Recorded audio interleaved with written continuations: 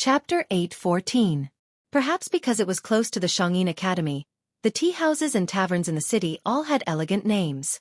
It was said that on the walls of any old inn, there were fragments of poems written by Confucians of different dynasties. The Sharp Snow restaurant was located in a secluded area in the city. When it snowed, few people went out to suffer. Plus, there was an unknown natural disaster or man-made disaster in the city, so the business was naturally bleak. The shopkeeper was depressed, thinking about when he could save enough money to buy the small house he had chosen long ago.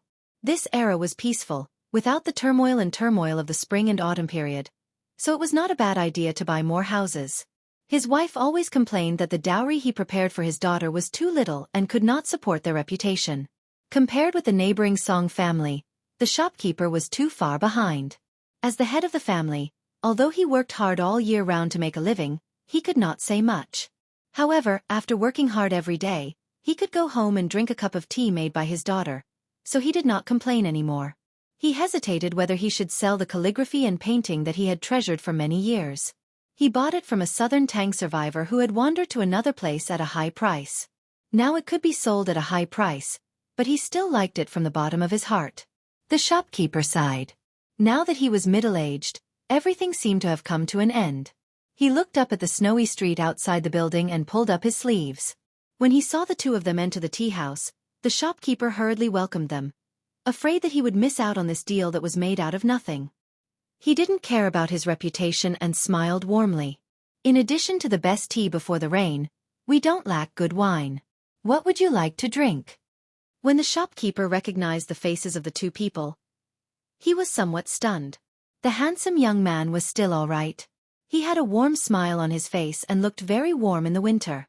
With one look, one could tell that he was from a good family. However, the woman with a frosty face was frightening. The shopkeeper subconsciously shrank his neck. Fortunately, for some reason, the white-haired young man was very understanding. After patting the snow off his shoulder, he said with a gentle smile, "Shopkeeper, I'll have to trouble you to warm up a jar of wine. Make it as strong as you can. If you have a stove, bring it over and put it under the table. We can add some money." The shopkeeper quickly rubbed his hands and said with a smile, "It's free, it's free. It's only right." Su Fengnian and Luo Yang were sitting by the window. Lu Songtao had left the city inexplicably.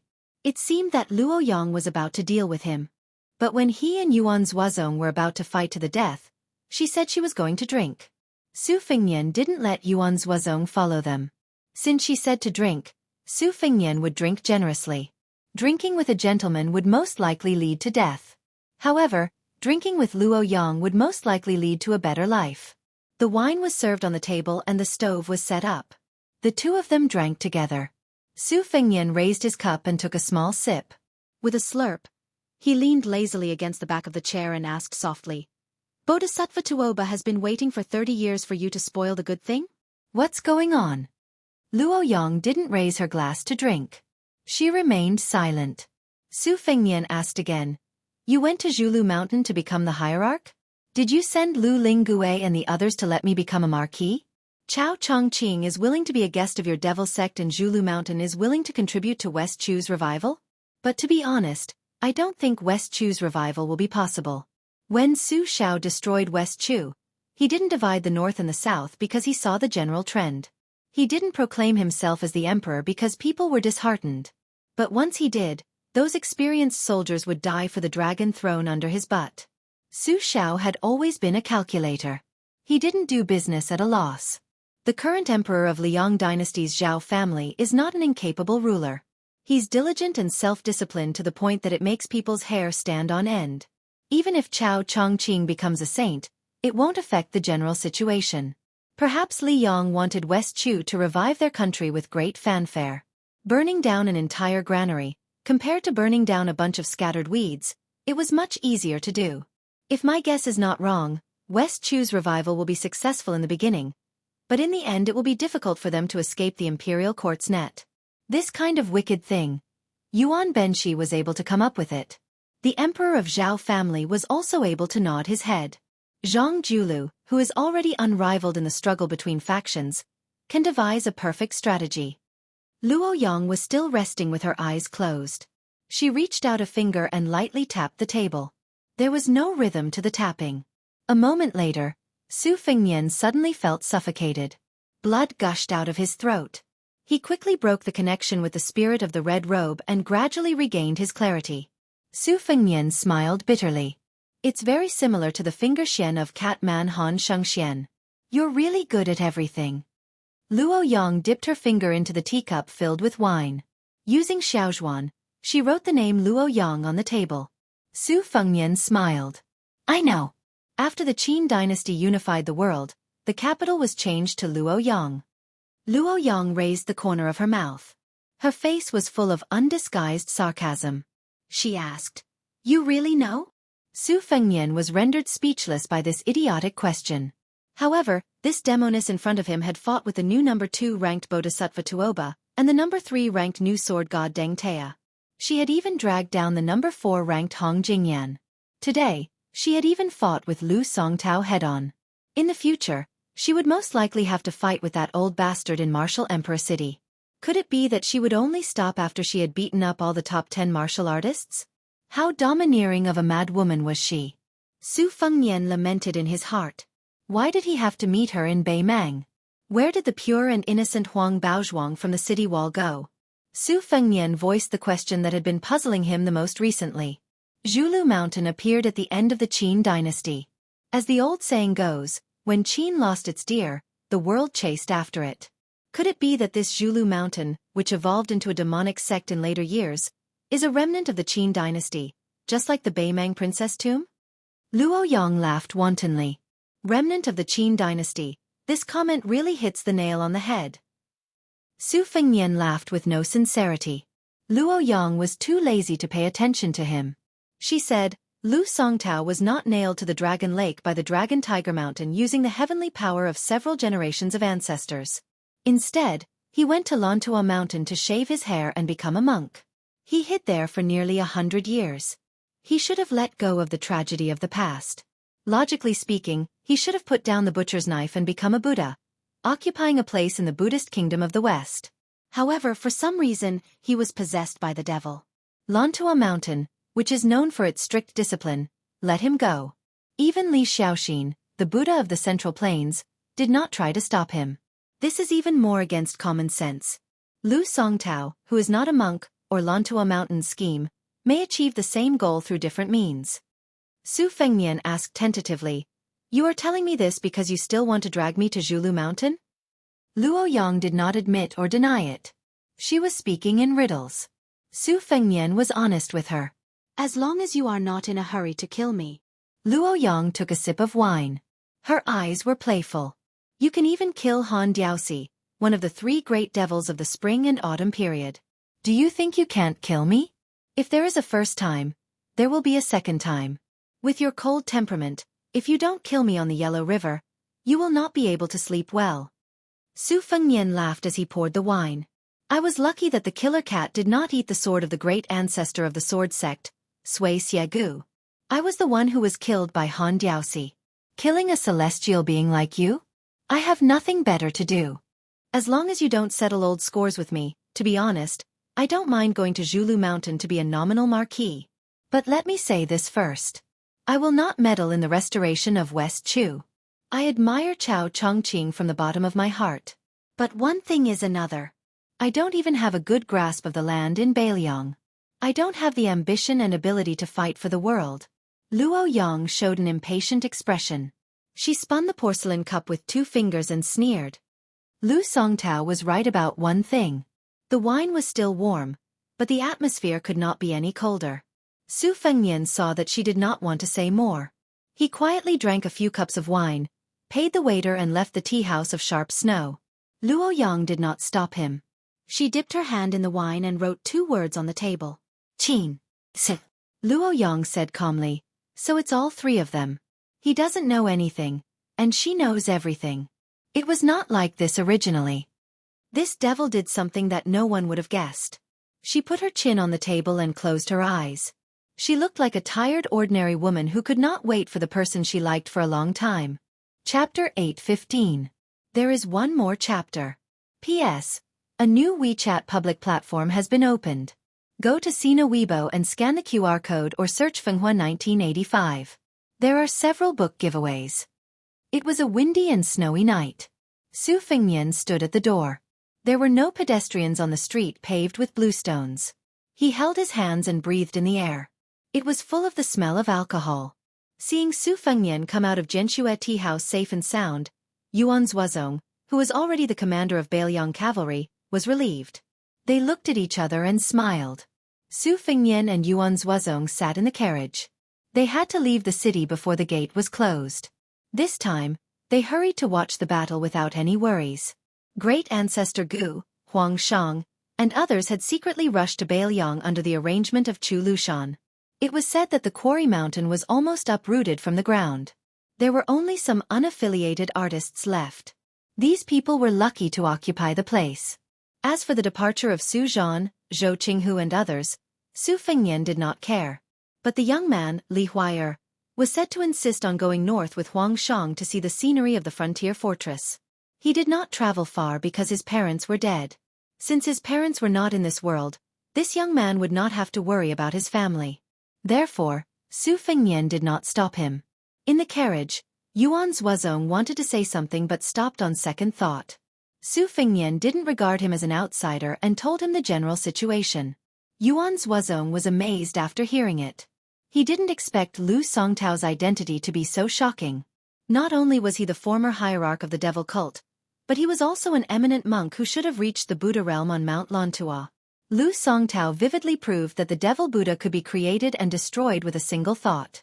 However, what surprised Yuan Zuozong more was that White Luo Yang, the first devil of Beimang, came to Liangjiang Lake to be the 10th hierarch of Mount Zhulu. The result was a battle of 90. It was really unpredictable. Su Fengnian lifted the curtain and looked at the tea house in the distance in the wind and snow. He smiled bitterly and said, "Why do you get stabbed in the heart every day? If it were anyone else, how could they sit down and drink with others? They would have long hidden away to recuperate from the pain. Only you are worthy of the name Luo Yang." Su Fengnian repeated the two words, Luo Yang, and murmured, when the Qin dynasty was at its peak, that man who was hailed as the greatest emperor of all time ignored all criticism and insisted on changing the name of the capital to Luo Yang. Later generations all said that this was against the natural order, and this was the foreshadowing of the destruction of the Qin dynasty for 3 generations. Afterwards, for a woman whose name was not recorded in the annals of history, he lit 1,800 fire beacons, causing him to be viewed as extremely muddle-headed. No one knew what kind of beauty could make Great Qin's emperor do such a thing. One woman accompanied him to conquer the world, and the other woman buried the world. If I were born 800 years ago, I would really like to ask that Emperor Qin face to face which one he loved more. His new lover and his old lover. Yuan Zuozong laughed and did not answer. Yuan Baixiong, who was as famous as Lu Shengxiang in the spring and autumn period, had never had any woman whom he loved. It seemed that he had never been troubled by love. Outside the window, a falcon flew towards the curtain. Su Fengnian lifted the curtain with a smile and untied the narrow bamboo joint from the falcon's claws, allowing the falcon to fly away. After reading the secret letter, he frowned and said worriedly, "I don't know what happened to Wang Xiaoping. She fought with Lu Songtao and exchanged swords with him. This Taoism's first talisman sword seemed to be badly injured. Fortunately, Lu Songtao did not kill her. Instead, he took Wang Xiaoping and went to the east together. I don't think this is mutual appreciation. Even if it is temporary, Lu Songtao is crazy. Now that Wudong Mountain finally has Wang Xiaoping after the bull rider, she may be killed by Lu Songtao. But how can I stop them?" Yuan Zuozong shook his head and said, "You can't stop them and you don't have to. Whether Wang Xiaoping lives or dies, it is up to fate. One is crazy, and the other is a fool. Maybe this is a fated encounter." Senior Li Chungang had Dong Tai to take over his sword. Lu Songtao, who has quietly become a swordsman on land 100 years ago, may also want a newcomer in Jianghu to take over his sword. To be honest, I used to use a saber instead of a sword in military battles. Otherwise, I may be a swordsman now. The reason why the way of the sword can stand tall in Jianghu for thousands of years and stand alone to compete with the sages of the 3 sects does have its own unique charm. Your Highness, it is a pity that you don't practice swordsmanship." Su Fengnian said with self-mockery, "You can't be distracted when practicing swordsmanship. I don't dare to practice it at all.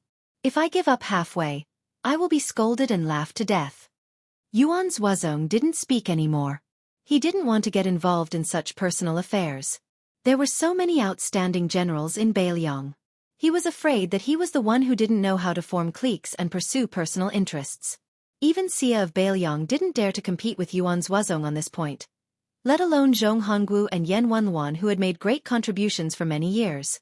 But the more so, when Yuan Zhuozong took over Zhong Hongwu's cavalry alone, no one dared to make trouble. The trap set by Su Beiji and Chen Shiliang for Zhong Hongwu fell through. Zhong Hongwu, who had taken off his armor and returned to his farm, was unusually well behaved. Su Fengnian didn't know whether to laugh or cry. He could only sigh that Yuan Zhuozong was too domineering. Chu Lushan was the governor-general of Bailiang, who was only under the governor and administrator of Bailiang. It was said that many people were ready to make trouble in private. This was probably an unintentional willow growing in shade. Chen Shiliang, who was vaguely the chief aide after Li Yishan in Mount Qingliang, had several social engagements with Chu Lushan recently. However, Su Beiji, who was born in a rich family, was the opposite and had a good relationship with many poor people. A domestic carp and a wild carp. Were they secretly competing to see who could jump the dragon gate first? Su Fengnian touched his forehead. Even an upright official couldn't solve a family dispute. It was a headache. When Yuan Zhuozong raised his hand, he caught a glimpse of a few red ropes which were like vivid red snakes lingering around His Highness's arm.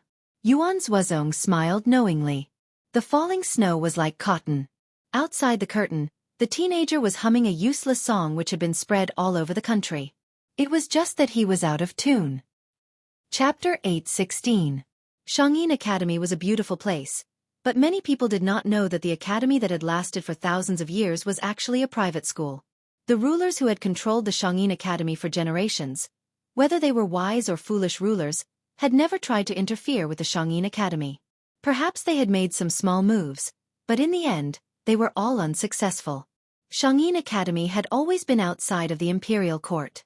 It was known as the academy that as long as there was a floor, a book and a person, there would be an endless stream of literature in the Central Plains. Even the Liang dynasty, the only one who had unified the Central Plains after the Great Qin dynasty, treated the Shangyin Academy with respect. Although it was just a formality, it did not hinder the support of the Imperial College and the Yao family school behind the scenes to compete with the Shangyin Academy, hoping to create a tripartite scholarly landscape. However, on the surface, they still gave the Shangyin Academy a lot of special favors. For example, the Prince Zhao Kai, who had unfortunately died suddenly, had once been an apprentice in the academy. The Grand Chancellor of the academy was also half an imperial preceptor. Now, even if the imperial court had opened the imperial examination to select scholars, and the imperial college had diverted many scholars away from the Shangyin Academy still deserved to be the leader of the literary world. In the past 2 years, there was a new female chancellor in the academy who lectured on music. The students all liked to respectfully address her as Mr. Fish and flocked to her like a flock of ducks. There were as many as a few hundred chancellors in the academy, but half of them were working behind closed doors and delving into private studies. Only about 160 of them were worthy of the title Mr. Jishang, opening up a forum to give lectures, each specialized in a particular field. During this period of time, there were many Mr. Jishang lectures that were completely deserted. They were secretly ridiculed by the students of Jishang for being no more than 2 or 3 cats and dogs, playing the lute to a cow. She was good at music, and she taught in simple terms. She was not a 2-legged bookshelf fishing for fame. It was rumored that her father was a pillar of the Shangyin Academy, and her mother was a female sword attendant who was highly praised by the late emperor of West Chu. After the destruction of West Chu, it was reasonable for a woman with a desolate background to seek shelter in the academy. In addition, she was so beautiful and talented. Naturally, people admired her knowledge, adored her appearance, and pitied her family background. In the past 2 years, many students had been thinking about her day and night and were intoxicated with her. A gentle and graceful snowfall came unexpectedly. The snowflakes were not big, and they were timid and gentle. Compared to the majestic snow in early winter, it was much more pleasant. Today, Teacher Yu said that she wanted to admire the snow, so classes were suspended for the day. This greatly disappointed the students who had come because of her reputation. The academy was built along the mountain, and there were 3 independent lakes that were not connected to each other. The Lotus Lake adjacent to teacher Su Weisheng's small building had always been a forbidden area. After the building was empty, no one cared about it. Many small boats were tied to the shore of the fearless lake for the scholars to paddle across the lake. On the small boats, there was a stove for cooking wine and admiring the snow. It was a delightful thing, but with so many small boats, it was like the end of a chessboard. There were many chess pieces densely packed, and the beautiful thing was not as wonderful as expected. The other small and exquisite Buddha's Palm Lake was cold and cheerless. This was because the lake was privately owned. Even the rich students had the money to buy a pig's head, but they did not have the ability to enter the temple to burn incense. They could only look at the lake from afar and sigh. Within 100 feet of the shore of the Buddha's Palm Lake, unrelated people were not allowed to enter. At this moment, in the lakeside pavilion sat a beautiful woman holding a white cat. Her appearance was charming and enchanting, but her temperament was cold and distant, which made people want to conquer her even more. The woman was wrapped in a white fox fur coat that was worth thousands of gold pieces. The slightly bloated white cat was lazily nestled in the fox fur coat on her chest, yawning. It was very lovable. Inside and outside the pavilion, there were 7 or 8 young children playing around. They were all children of the Jishang teachers who had settled down and taught in the academy for many years. The owner of the Buddha's Palm Lake was lenient towards these naive children and never refused them to play by the lake. There were many speculations about this mysterious owner of the Buddha's Palm Lake. Some said that it was bought by the Southern Tang imperial family with a large sum of money. Some said that it was the ancestral property of the Grand Preceptor of West Chu, Sun Shiji, and some even said that it was the private property of the descendants of the Great Qin dynasty. There were many different opinions. As for why the Buddha's Palm Lake was named so strangely, there were also many interesting theories. The woman in the white fox fur coat who was holding the cat looked cold and suddenly smiled sweetly. She saw a little girl with goat horns who seemed to have been hit in the face by a boy who had a strong hand during a snowball fight. In a fit of anger, she rushed forward and kicked the boy who was laughing complacently. The boy, who had grown up with her childhood sweetheart, was directly thrown to the ground. The girl with goat horns was still angry. Seeing him struggling to get up, she slapped him to the ground again. The boy was stunned for a moment, then sat on the ground and cried loudly. The girl stood with her hands on her hips and looked around aggressively. She had the aura of a heroine who was invincible and lonely. The woman in the pavilion looked blurred and smiled softly. So lonely. Outside the pavilion, there was a comfortable voice that could naturally make women feel warm and comfortable. Mr. Fish can also feel lonely? The woman rubbed the white cat's head and frowned. When she turned her head, her smile had already disappeared. She saw a handsome face that was not unfamiliar to her. Qi Shentz was a young man whose name was given by his father. He was from the Old West Chu. His grandfather, Qi Duhai, was the favorite student of the national preceptor of West Chu, Sun Shiji. Qi Shentz's father almost wiped out Yuan Zuozong's entire army in the Battle of the Princess Tomb. Unfortunately, that battle was suspected to be an unfair victory. In the whole chess game, he still dragged down the general trend of West Chu. Later in the Battle of the West Wall, this general died in battle. When his horse died, he dismounted from his horse and fought with it. He was stabbed dozens of times by Bailiang. In the Shangyin Academy, the orphans of West Chu were always superior. Qi Shentz had such a prominent and tragic family background, and he lived up to his family's teachings. When he was young, he was praised by Sun Shiji as a child prodigy. Everyone in the Shangyin Academy knew that he was determined to win Mr. Fish, who was also from West Chu. Most people were happy to see it happen. The woman in the fox fur coat smiled politely and did not say anything. Qi Shentz smiled and walked into the pavilion. He did not sit down but leaned against the pavilion pillar with a smile. He did not look at indecent things. He did not stop at the woman but looked up at the lake. In the eyes of ordinary girls, he was very unrestrained. There was an ancient tablet erected beside the Buddha's Palm Lake. It was the Xiaozhuan of the Great Qin dynasty. A white-haired young man who had sneaked into the Shangyin Academy squatted in front of the tablet. He reached out to wipe away the snow, revealing 10 mottled words. Buddha's palm, the 5 fingers are the 5 sacred mountains. Most of the children were lively. They could not stay still and immediately noticed this stranger. The heroine with the goat horn who had kicked and punched the boy ran over, followed by a few playmates who were waving flags and cheering for her. The white-haired young man in white just happened to stand up and stretch. They looked at each other and stared at each other. The little girl looked vigilant and asked fiercely, "Who are you? What right do you have to come to the Buddha's Palm Lake?" At the pavilion, Chi Shents also saw this scene and shook his head helplessly. He felt that the slender stranger was really a rascal. He did not know what he said, but the little girl in front of him was so angry that she punched and kicked him. The man bent down and reached out to touch the head of the goat horn girl. Such a childish young man, even if his hair turned white, what could he do? In the end, the bastard's loud shouts made the cultured and elegant Chi Shents so angry that smoke almost came out of his 7 orifices.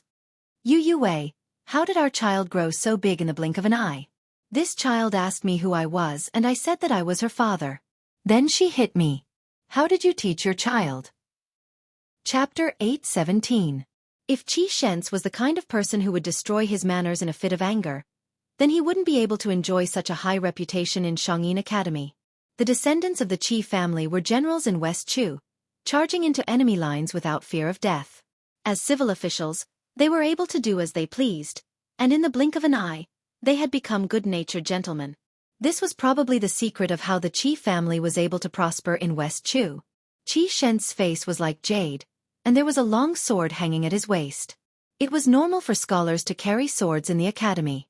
There were even some comical students who carried large axes, even though they clearly didn't have the strength to truss up a chicken.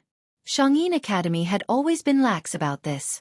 As long as they didn't use weapons to hurt people, they wouldn't stop them even if they carried all kinds of weapons in one go.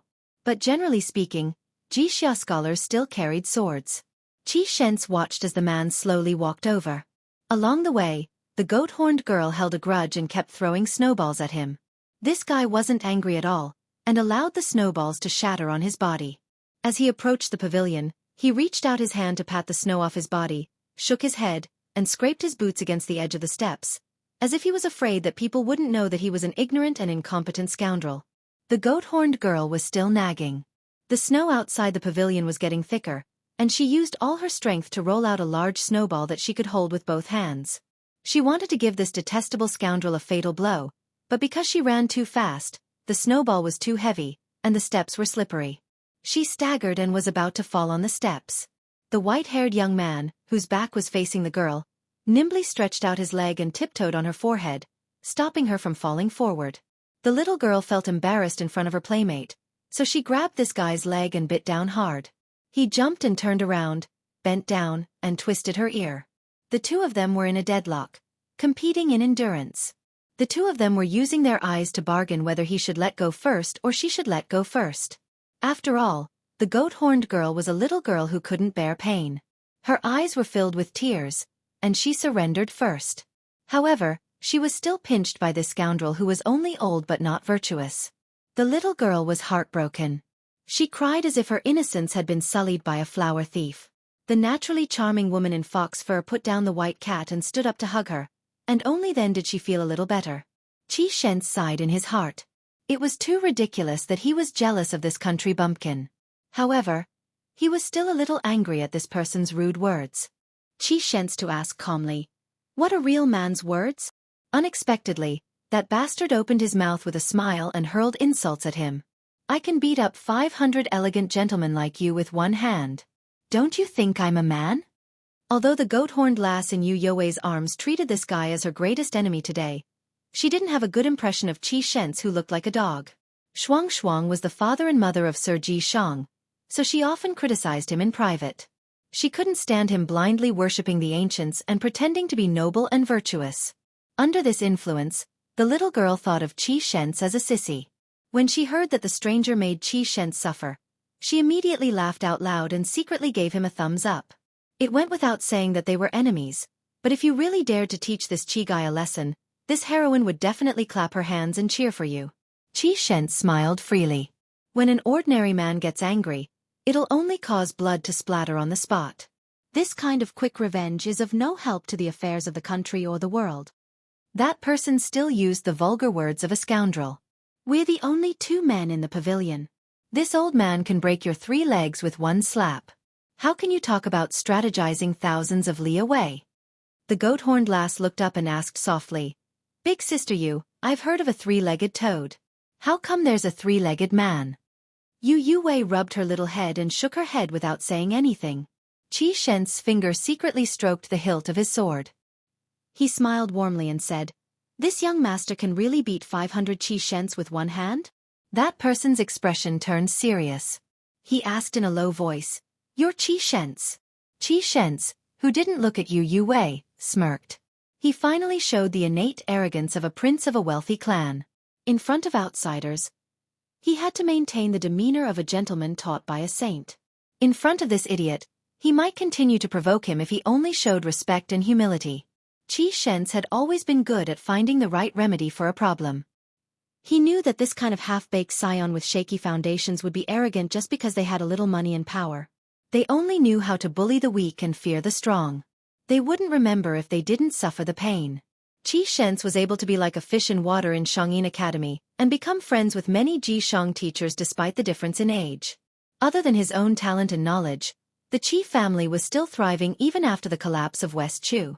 The foundation of aristocratic clans was that they wouldn't fall in the face of the wind. Regardless of the rise and fall of the dynasty, they would still do their own research. The emperors and kings would still have to treat the wise with respect. Most of the top 10 wealthy clans of the spring and autumn period had withered because they were too tall and attracted too much wind. Su Xiao, that crippled butcher, was too ruthless. The Qi family, which was just a step or two away from becoming a top wealthy clan, had a much more unique advantage.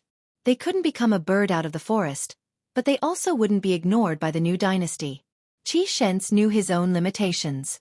You can ignore me and say that I'm pretentious because I'm jealous, but you can't ignore the Qi family behind me. He didn't expect that the guy would immediately break his facade as soon as he spoke seriously. "You're called Qi Shens? This is the first time I've heard of you. The name is pretty good, but you're not." The goat-horned girl originally thought that it was another person who wanted to curry favor with the rich and powerful. She was very disappointed, but when she heard this, she couldn't help but hold her stomach and laugh.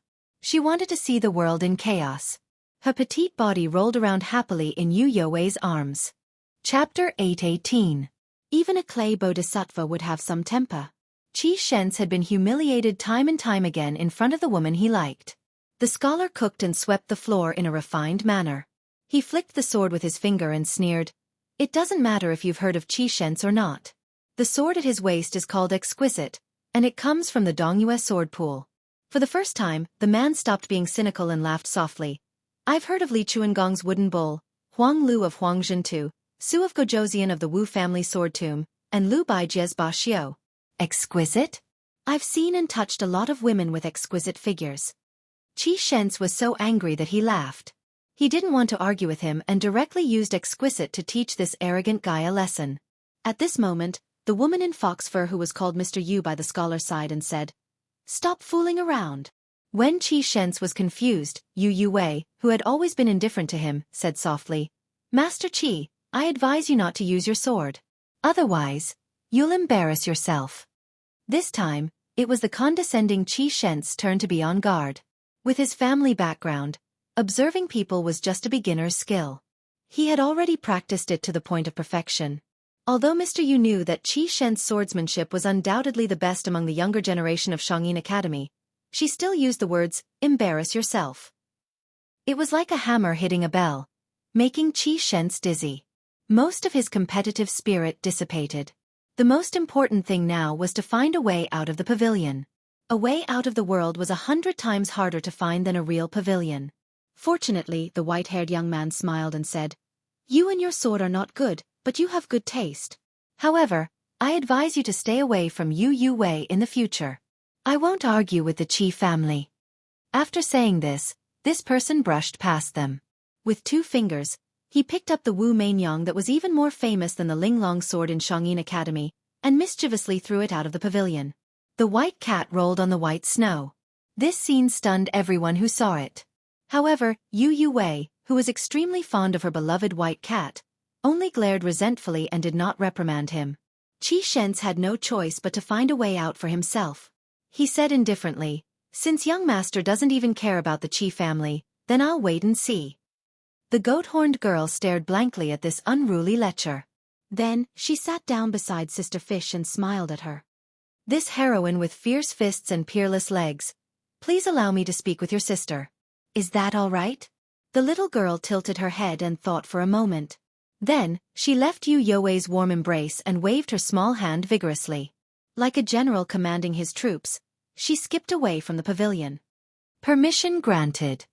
After leaving the pavilion, a bunch of small heads huddled together and whispered. Even the child who was kicked by the little heroine did not hold a grudge. He ran over and squatted together. Seeing that she was angry, he pretended to be stupid and laughed. The goat-horned girl snorted coldly with a fierce look.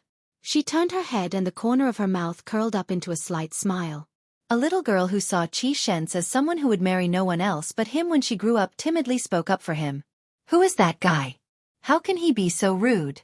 Young Master Qi must be unwilling to lower himself to his level.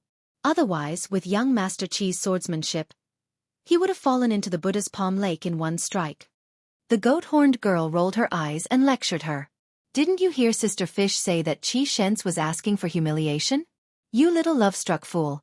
I told you that Qi Shentz was an embroidered pillow. Why do you like him? His poems are just playthings promoted by his scoundrel friends. Even Master Su by the Lotus Lake commented that they were worthless. The little girl was angry, but she did not dare to refute. The goat-horned girl, who seemed to be very experienced in the ways of the world, clicked her tongue and said, Although that white-haired man has a great enmity with me and will be beaten up by me sooner or later, I'm still very convinced right now. He said that he wouldn't be calculative with the Qi family, but not with Qi Shentz. Listen, how manly. A silly little chubby boy was puzzled. Aren't they all the same? Your father is too knowledgeable. How did he give birth to such a greedy goose like you who only knows how to steal food all day long? The old and experienced goat-horned girl punched him. The little chubby boy sat down in the snow. His eyes were moist. He wanted to cry but did not dare to. After a long while, the little chubby boy said in a sobbing voice, I also wrote a poem this year. In the ancient Shangyin Academy, if these children of great scholars and writers could not write a few poems before the age of 10, they would be laughed at. The goat-horned girl curled her lips and said, You don't know shit.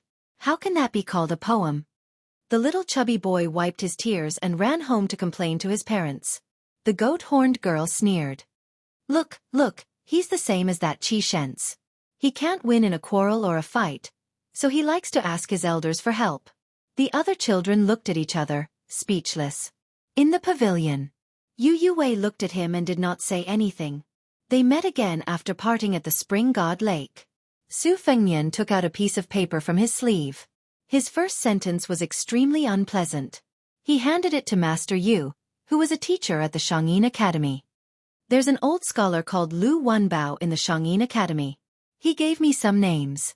See if there are any familiar names. I don't really trust Lu Wenbao's comments. If there are any, tell me. If they are close to the truth, then I'll use peaceful means before resorting to force. Regardless of whether they are a 1,000-mile horse or a 100-mile donkey, I'll send them to Bailiang first. However, since Lu Wenbao has appointed them as generals, I reckon that they are all people with some knowledge. They would be happy to go to Bailiang and get an official position. As for the Grand Chancellor, go and tell him. If he can't bring himself to do it, it's okay. I'll go look for him myself later. Yu Youwei asked calmly, Are you done? Su Fengnian nodded. She turned her head and said coldly, Then His Royal Highness can leave. Su Fengnian was silent for the time it took for a stick of incense to burn. He said, Okay, and walked out of the pavilion gently. The snow on his shoulders was white, but his hair was white. Chapter 8:19. There was a forest of merits and virtues in Shangyin Academy. Only Mr. Ji Shang could enter. Su Fengnian had studied the geography of the academy and was familiar with it. He thought that he would be stopped along the way, but when he entered the forest of monuments, it was lonely and only snow remained. His footsteps left a series of small pits in the snow, which were then covered by continuous snowflakes. Previously, he went to the small building by Lotus Lake where second sister stayed to study. He sat for a while and no one came to criticize him. Su Fengnian walked into the forest of monuments that recorded the merits of the ancestors. The monuments were of different sizes and most of the inscriptions were epitaphs.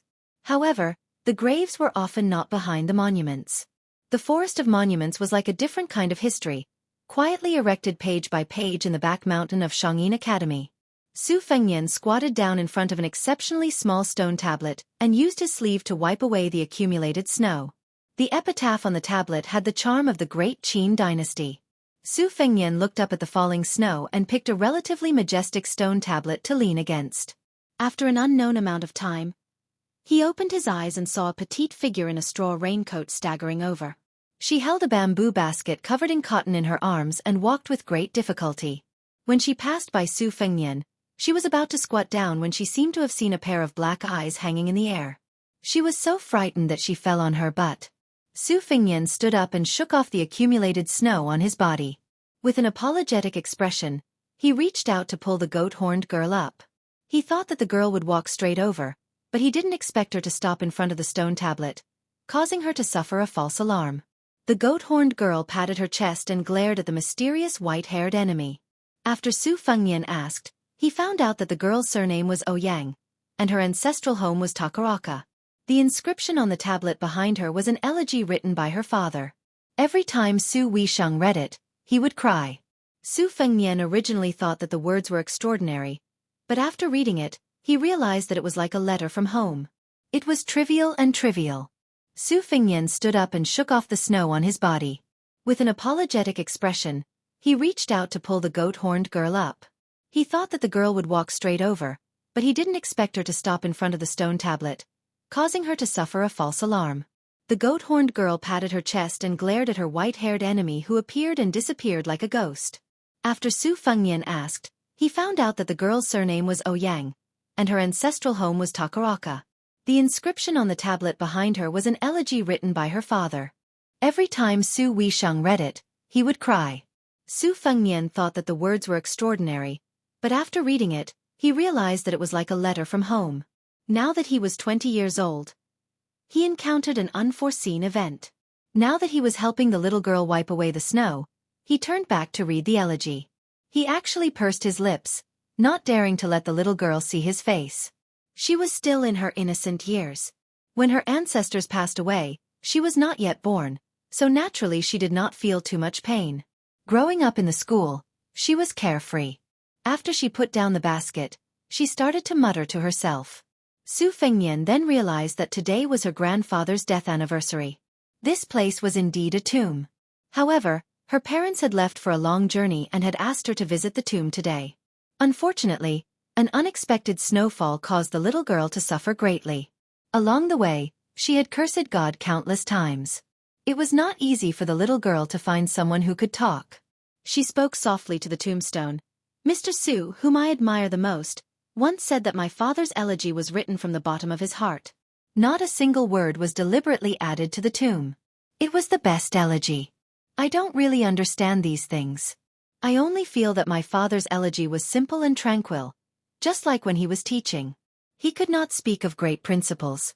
After so many years in the school, he did not teach many good students. If it were not for Master Su's good words for him, the family would not have been able to eat for a few years. The box that my mother used to store her dowry was getting emptier. When I was young, I could still secretly wear a lot of jade hairpins in my hair when my parents were not around. Now I can't. Su Fengnian laughed softly. You are still a child now. The goat-horned girl with the surname Ouyang rolled her eyes. Sometimes you have a poisonous mouth, as if you have eaten a green snake, centipede, or scorpion. You can make our first young master of the Qi family so angry, but you are also not good with words. How can you talk to a girl like that?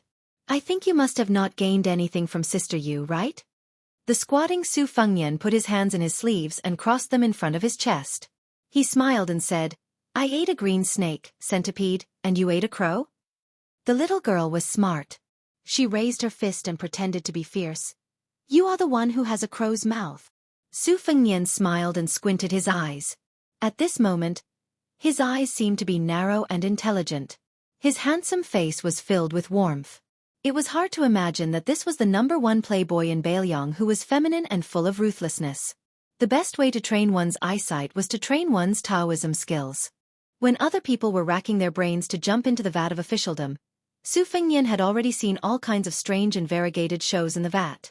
Although the goat-horned girl beside him acted like a heroine, like the king of children, her clothes were thin. At this moment, the overly loose straw raincoat she was wearing was even more tattered. Her family background was obviously not as good as her peers by the Buddha's Palm Lake. In another 5 or 6 years, the children would know the power of the soft knives in the world. Perhaps they would be bullied by their childhood playmates instead. Although the Shangyin Academy had been a holy land for learning since ancient times, there were bound to be disputes when there were hundreds of schools of thought contending. For example, during the chaos of the spring and autumn period, the military school was at its peak. Even those who were just there to make up the numbers were snatched away by the spring and autumn period countries as heroes who could turn the tide. However, at that time there was a wave of blind looting, and the countries really did pick up the scraps a few times. Now that the world was settled, the scene of scholars saving the country was no longer as grand as it used to be. Most of the scholars of Jishang and Jixia were dormant. It was inevitable that they would be entangled in daily necessities and seek personal gain. Lu Wenbao had recommended more than 10 people, but they were weak. Most of them were like this. They were depressed and did not achieve their goals. The goat-horned girl lifted the basket and asked, "Are you coming with me?" Su Fengnian shook his head. "I'm about to leave the academy." She frowned her delicate eyebrows that already had a pair of embryonic willow leaves. She lowered her head and looked at the bamboo basket. Poor children had to take care of the household early. The food in the basket should not be wasted. However, she had a small appetite. Although it was not easy to get sick in winter, after all, the food was warm and would spoil the taste. Of course, the main reason was that she felt that it was really boring to walk back 1 or 2 miles by herself. It was better to have someone to talk to on the way back than to be alone in the cold. Su Fengnian smiled. "If you don't mind me freeloading, I'll go with you." The goat-horned girl gracefully snapped her fingers and said the same witty catchphrase, "Approved." Chapter 8:20. Returning home in the wind and snow, the goat-horned girl was wearing a pair of fine brocade boots. However, as she had not changed them for many years, the satin fabric was so worn that it could not withstand the wind and rain. Walking from her home to the Dowd forest, she was nearly soaked in them. The young lady was vexed that she had been in a hurry to cook and had forgotten to change her shoes when she left the house. She was both distressed and remorseful. However, thinking that the new year was approaching and that her mother had promised to buy her a new pair of shoes in the first month of the lunar year, she was somewhat expectant. Su Fengnian took the bamboo basket and had her walk behind him. Having unexpectedly found a living person in the forest of steels, the little girl was in high spirits. She didn't have the taboo of speaking too much with a shallow acquaintance. Apart from introducing herself, she also talked about some old stories. She said that her grandfather was a great literary hero of the old northern Han, who was untainted by the wind and had written splendid essays. However, on the eve of the country's destruction, he spoke a few words of fairness to a great general surnamed Su in the imperial court. As a result, he was removed from his position and almost had his head chopped off. When he arrived at the education palace, he lectured on the righteousness and benefit of the state and was also ostracized. The young lady was not afraid of exposing her shortcomings. Su Fengnian followed her to the small courtyard that she shared with several scholars of the Jishang dynasty.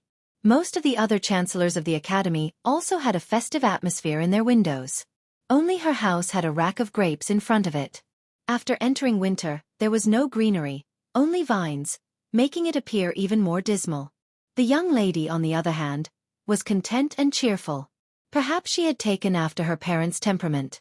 As she walked past the rack of grapes, she raised her head and said with a smile, "You came at the wrong time. Summer is the best. Pick 2 or 3 bunches and place them in the Buddha's Palm Lake for 2 hours.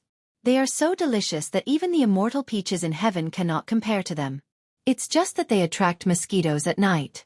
The goat-horned girl changed into a pair of boots and set up a stove. Placing the soaked boots beside the stove, she then went to uncover the pot to warm the food, allowing Su Fengnian to do as he pleased. He picked up a small stool and sat by the door. Out of the corner of his eye, he could see the corner of the young lady's boudoir. It was a small table and cabinet, simple and clean. The sky gradually darkened, but the reflection of the snow made it brighter than usual. The doors of the other houses in the courtyard were tightly shut to block out the wind and snow. Just as Su Fengnian was sizing her up, the door across from him opened with a squeak. The young child who had been thrown to the ground by the goat-horned girl earlier ran out. His lips were red and his teeth white. When he grew up, he would most likely be an elegant and charming scholar. But when the child saw the stranger who had angered Master Qi in the pavilion, he was a little timid. He stood at the door, not knowing whether to advance or retreat. A middle-aged man who was reading softly with an ancient scroll in his hand somehow came to the door. He followed his son's line of sight and saw Su Fengnian sitting on the stool. He thought for a moment, held the book with one hand behind his back, and stepped over the threshold. He approached the door of the Ouyang family and smiled. "Little wooden fish, do you have a guest?" The elegant man spoke politely and nodded at Su Fengnian with a smile. Su Fengnian also stood up and greeted politely, "Greetings to Mr. Ji Shang." This way of saying things was normal, but the advantage was that there would be no mistakes. Everyone in the court laughed that those who swept the floor and did odd jobs in the academy could be respectfully addressed as Mr. Outside. The goat-horned girl nicknamed Little Wooden Fish poked her head out of the kitchen and smiled. "Hello, Uncle Qin." After exchanging some pleasantries, Mr. Qin turned around and left. When he closed the door, the sound was slightly louder. Only then did the goat-horned girl snort. This fellow can be considered as Qi Shen's personal helper. Every now and then, he would exchange poems. He has some knowledge, but he doesn't have any strength of character. These years, he has earned quite a bit of money. Every now and then, he would come to my house and say that he wants to move away. He says that it's better to be close to a neighbor, but every time he talks, he would say that he lives in a private residence not far from Grand Chancellor Wang. Heh, he's just showing off his family's wealth to my parents. Su Fengnian took the bowl of rice and chewed slowly. He raised his head and smiled at his little daughter who was eating while standing. "You have to see others doing well." The little girl rolled her eyes. "You're the only one with a lot of principles." Su Fengnian suddenly changed the topic and said with a naughty smile, "But when it comes to poems, other than giving them to friends, the people who do most of it are scholars and famous prostitutes in brothels. I don't know who is the prostitute between you, Uncle Qin, and first young master of Qi." The goat-horned girl blushed when she heard that, but her eyes were filled with heartfelt joy. She smiled and said, "You're so mean." After eating, the little girl patted her round tummy and burped in an unladylike manner. Su Fengnian took the bowl and chopsticks and was about to go to the kitchen when the goat-horned girl had a shocked expression as though she had seen an immortal or a ghost. Su Fengnian, who was holding the bowl and chopsticks with both hands, said with a smile, "Only a gentleman stays away from the kitchen. Do you think I look like one?" The little girl said with a pained expression, "Sister, you has really met the wrong person to meet you." Su Fengnian smiled and said, "Yes." After slowly washing the bowl and chopsticks, Su Fengnian used his sleeve as a rag to dry his hands. The little girl sat by the stove and held her cheeks in a daze. Su Fengnian was still sitting on the small stool. The little girl glanced at the dense snow outside the door and sighed helplessly.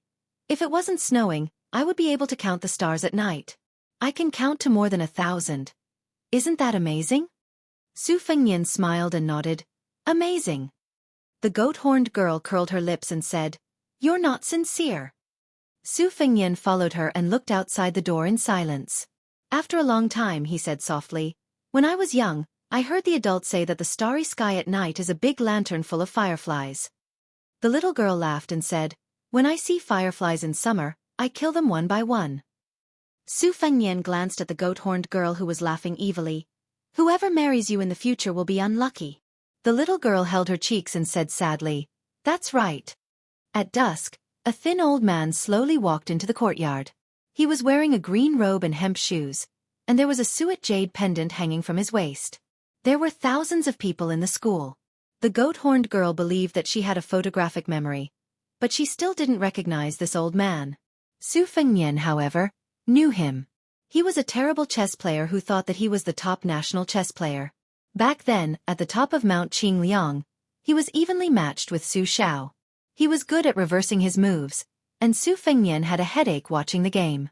However, this old man was his second sister's master, and he deserved to be called the #1 person in the world who was good at chess. Under the side eye of the goat-horned girl, the old man casually sat down and asked shamelessly, "Little girl, do you still have food?" Although the little girl was shrewish, her upbringing was very good and strict. She stood up and smiled. "Sir, my family has food." Su Fengnian reached out and secretly took the jade pendant from the waist of the old man who had almost become the Grand Chancellor of the Shangyin Academy. He handed it to the little girl and said, "These are worthless scraps of white jade. Just take it as the payment for our meal." The old man's expression was normal. He nodded with a smile and didn't give the little girl a chance to refuse. "If you don't accept it, I won't eat it. The little girl shook her head hard and said seriously, "Can we not be so tacky?"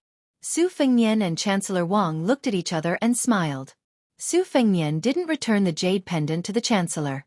The latter waited for the little girl to go to the kitchen to cook and asked calmly, "I have 600 people. Do you dare to eat Baelyang?" Su Fengnian thought for a while. "There are only people who starve to death. I've never heard of people who eat to death." The old man shook his head and said in a low voice, "Not necessarily." Su Fengnian smiled and said, "It's hard to say if half of these people can reach Baelyang in the end. They won't eat to death in Baelyang." The old man nodded and said, "That's true." Chapter 821. The goat-horned girl was very considerate and didn't care that the two guests had stolen the limelight. Seeing that they looked like they were going to talk in the middle of the night, she lit up 2 thick red candles in the hall and went to her boudoir to flip through her books. The door was half closed and there was a small gap. She was willing to light up the lamp, so she secretly squatted by the door and read with the help of the faint light. The number of chancellors and teachers in Shangyin Academy were as many as the hairs on a cow, but there were only a few who could be evaluated as a master. Back then, Chancellor Wang won the debate between name and reality, lost the battle between heaven and man, and lost to the current Grand Chancellor of the Academy. In terms of weight, he was still ranked in the top 3 in the Academy. In terms of the talent of eloquence, no one could beat him. At this moment, Chancellor Wang bent over and stretched out his hand to warm himself by the fire on the stove. The light shone on his weathered face and he occasionally picked up a peanut from the bowl and threw it into his mouth. Su Fengnian sat on a small stool and carried the girl's favorite pair of brocade boots. He controlled the fire and roasted them slowly at a height away from the burning charcoal in the stove. In this way, no matter how prestigious their identities were, both of them had a rustic vibe and didn't look like clay bodhisattvas who were worshipped high above. The two of them didn't speak hastily even though the situation was urgent and could be said to be urgent. After all, the affairs of the world couldn't be discussed with one's hands and couldn't be regretted. Chancellor Wang was serious this time and his mood wasn't relaxed. Scholars only talked on paper and often had high standards but little ability. Chancellor Wang spent his whole life studying the art of maneuvering, but no matter how good the plan was, it still had to be done by people. Once a piece was placed on the chessboard, it couldn't be changed again. However, how could a living person be so simple? Who would be willing to be a puppet or a pawn to cross the river? This was also the root of Chancellor Wang's carelessness in playing chess. The chessboard and chess pieces were all dead objects. Otherwise, if he were to choose a talented person to govern the country, he could just casually pick a few famous national players. When the little girl who was hiding behind the door to read her book was flipping through the pages, she glanced at the white-haired man outside the door. She definitely couldn't hate him, but if she were to say that she liked him at the first awakening of love, she wouldn't. Firstly, she was still young, and secondly, in the matters between men and women, it wasn't as if the other person was good enough for her to like him. Love didn't start and end. Who could say for sure what fate was? The goat-horn girl was influenced by her family of scholars and felt that she would still find a scholar like her father in the future. The warm and handsome guy in the hall outside the house was good, but unfortunately, he wasn't her cup of tea. The little girl didn't have any intention of eavesdropping, so she withdrew her thin thoughts and subconsciously dipped her finger in her saliva. She gently flipped through the book and put it in her mouth before smacking it. Her mouth was filled with the fragrance of ink and she laughed to herself. Her parents always said that this habit of hers wasn't good, that it wasn't easy to collect books and that it was detestable to destroy books. However, how could this little girl care about these things? She wouldn't change even after repeated admonishment. In the hall, Chancellor Wang finally opened his mouth slowly. "Don't think about victory, think about defeat first. Let's talk about the worst. Among the 600 people, the teachers and scholars are roughly divided into 2 and 8. Among them, a small half of the scholars from Jixia have been sent by me to study and lecture in Old Shu, Jizhou, Xiangfan and other places using various excuses. Half of the teachers from Jixia have opened private academies within 800 miles of Baelyang or have attached themselves to the local dignitaries. It's relatively easy for these people to enter Baelyang, but we can't rule out the possibility that the imperial court is secretly watching them. Once there's any movement, the imperial court will kill them and eliminate them. If these people are like this, don't even talk about those who are studying in the palace. The relationship between the Su and Zhao families has been exhausted.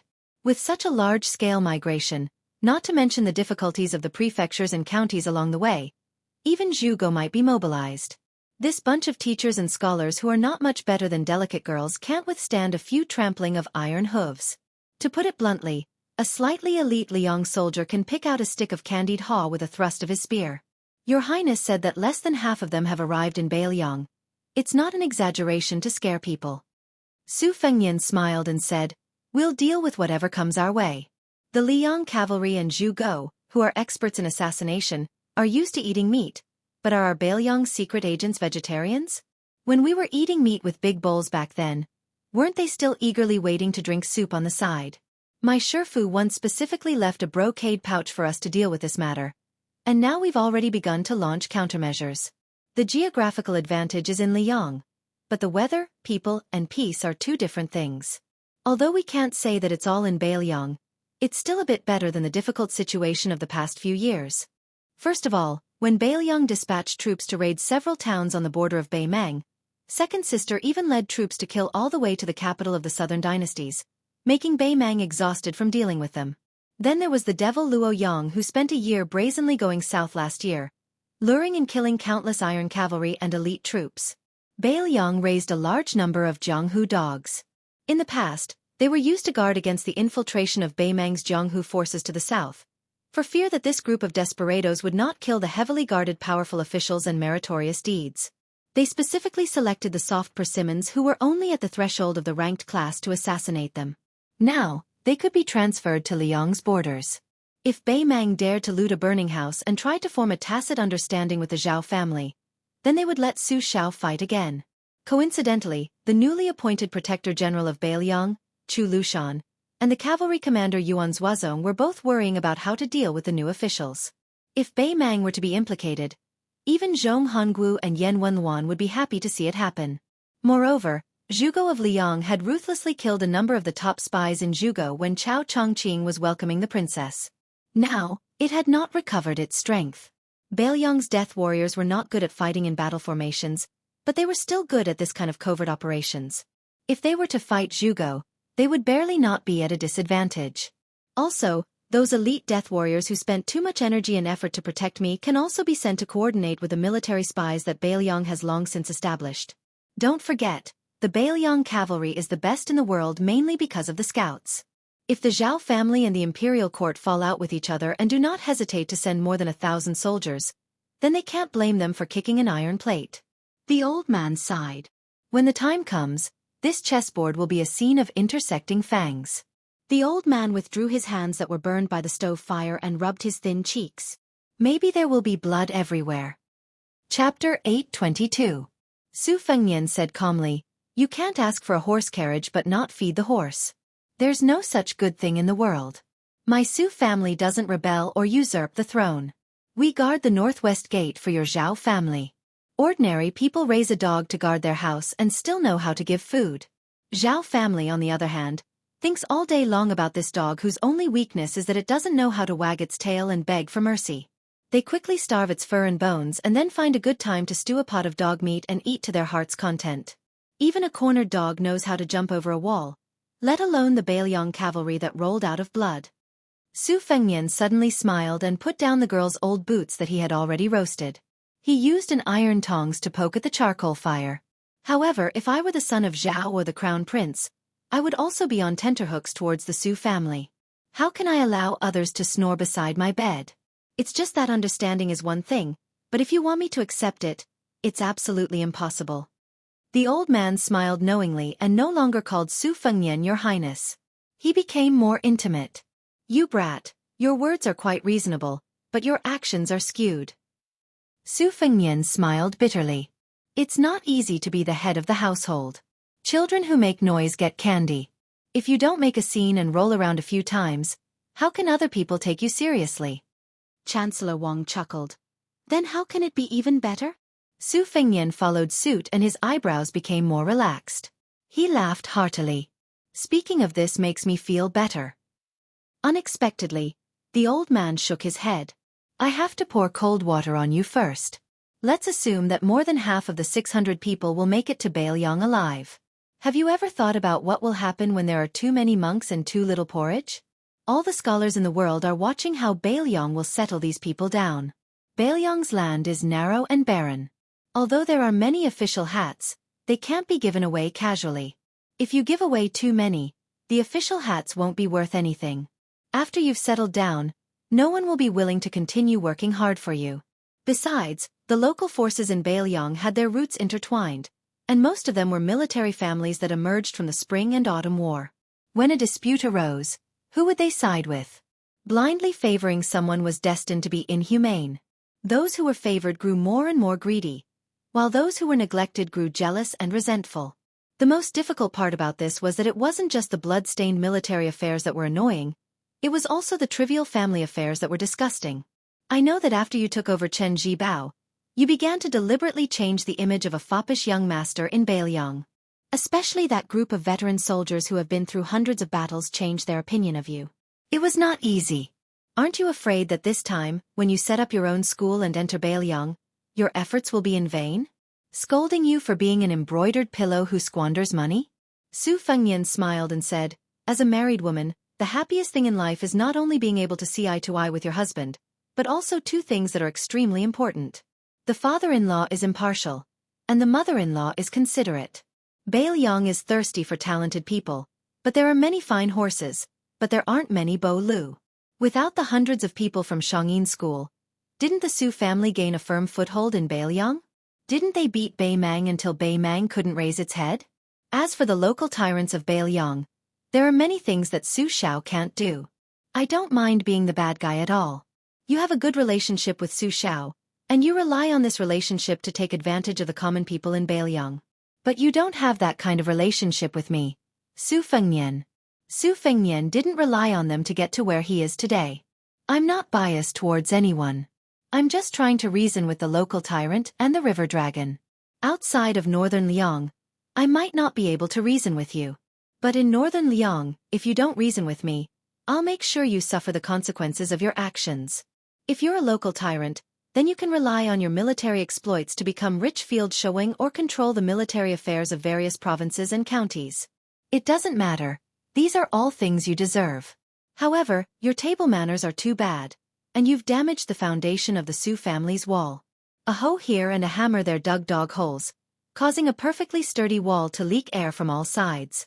Don't blame me for using your corpses to fill the holes. If you are a local tyrant, as long as you don't pretend to be virtuous and do things honestly, you will have an official's hat, gold and silver, and you won't lack women. Baelyong's narrow territory also has its advantages, and that is, everywhere you go is under the Su family's nose. Everything you do can be seen. What the Su family does is nothing more than the word justice. As for the earnest advice, I'm afraid I'll have to trouble you, old teacher. I think you will also be cursed behind your back. Chancellor Wang nodded and said, with justice and a woman's heart, this bunch of pitiful newlyweds who have lost their maternal families. As long as they are diligent and thrifty, they won't have to worry about not being able to make a name for themselves. There will definitely be bumps and bruises, but at least they won't be so miserable that they have to hang themselves and jump into a well. That's enough. They aren't delicate young ladies from influential families. As long as they have good in-laws who put themselves in their shoes, they will be able to endure hardships. Su Fengnian smiled and joked. The first time I saw old teacher playing against Su Xiao at the top of Mount Qingliang, your words were refined. It's probably because you are interacting with a vulgar person like me that your words are also vulgar. Old teacher shook his head and said self-deprecatingly, this is called choosing the right medicine for the illness depending on the person. Interacting with the king of Baelyong, the #1 boorish man in Liang, if I deliberately try to worm my way into being friends with him, I will have to deliberately put my arm around his shoulder and drink a lot of wine and eat a lot of meat. Wouldn't that make things difficult for this old man? Besides, the reason why the art of vertical and horizontal is also called the art of long and short is nothing more than using one's strong points against the enemy's weak points. Speaking of which, I would like to be bold enough to test His Royal Highness. What are the strengths and weaknesses of Baelyong and Liyang? Su Fengnian said helplessly, old teacher, you will have to ask Su Beiji or Chen Shiliang about this. I am not willing to expose my own weak points. Does this count as grasping the surface of the art of long and short? Chancellor Wang gave a soft hum. Su Fengnian asked softly, this young lady's surname is Ouyang. Her grandfather's surname is Ouyang. He is from Takaoka. Has old teacher heard of him? Chancellor Wang said calmly, the young lady's father is half a student of mine. He doesn't think highly of Baelyong, so he won't follow her to Baelyong. Su Fengnian nodded. That was good too. Shangyin Academy had suffered such a big change. In order to calm the people down, the Academy and the Imperial Court would definitely have a better life in the future with the knowledge of the goat-horned girl's father. Su Fengnian stood up. Then let's go.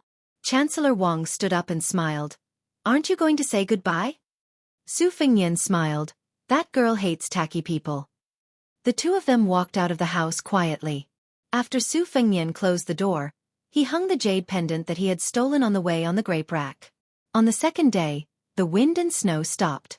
A huge snowman that was as tall as a few people stood beside the Buddha's Palm Lake in Shangyin Academy. The goat-horned girl ran all the way to Yu Youwei's courtyard and screamed excitedly. Sister Yu, there is a huge snowman beside the lake. It looks like you. Chapter 823. A group of strange travelers appeared on the road. 8 of them were carrying a palanquin that was neither a bed nor a couch. It was similar to the palanquin used by the royal family of the old southern Tang Empire. A wide gauze canopy was added to the top of the palanquin. Vaguely, one could see the graceful figure of a woman behind the palanquin. She was an extremely seductive beauty. In front of the palanquin was a beautiful ceremonial official dressed in green. She was holding an ivory palanquin. Tied around her waist was a bag of golden silk fish made in the old southern Tang Empire. She seemed to be walking slowly, but in fact, she was gliding rather quickly. The 8 servants were unusually burly and walked as if they were flying. Even in the winter, they were bare-chested. Compared with the young and delicate ceremonial official, they were even more eye-catching. Beside the palanquin was a middle-aged machete man with a black veil on his head. His beard was so long that it was almost impossible for him to be so arrogant. On the official road, most of the people who dared to be so ostentatious were high-ranking officials and dignitaries.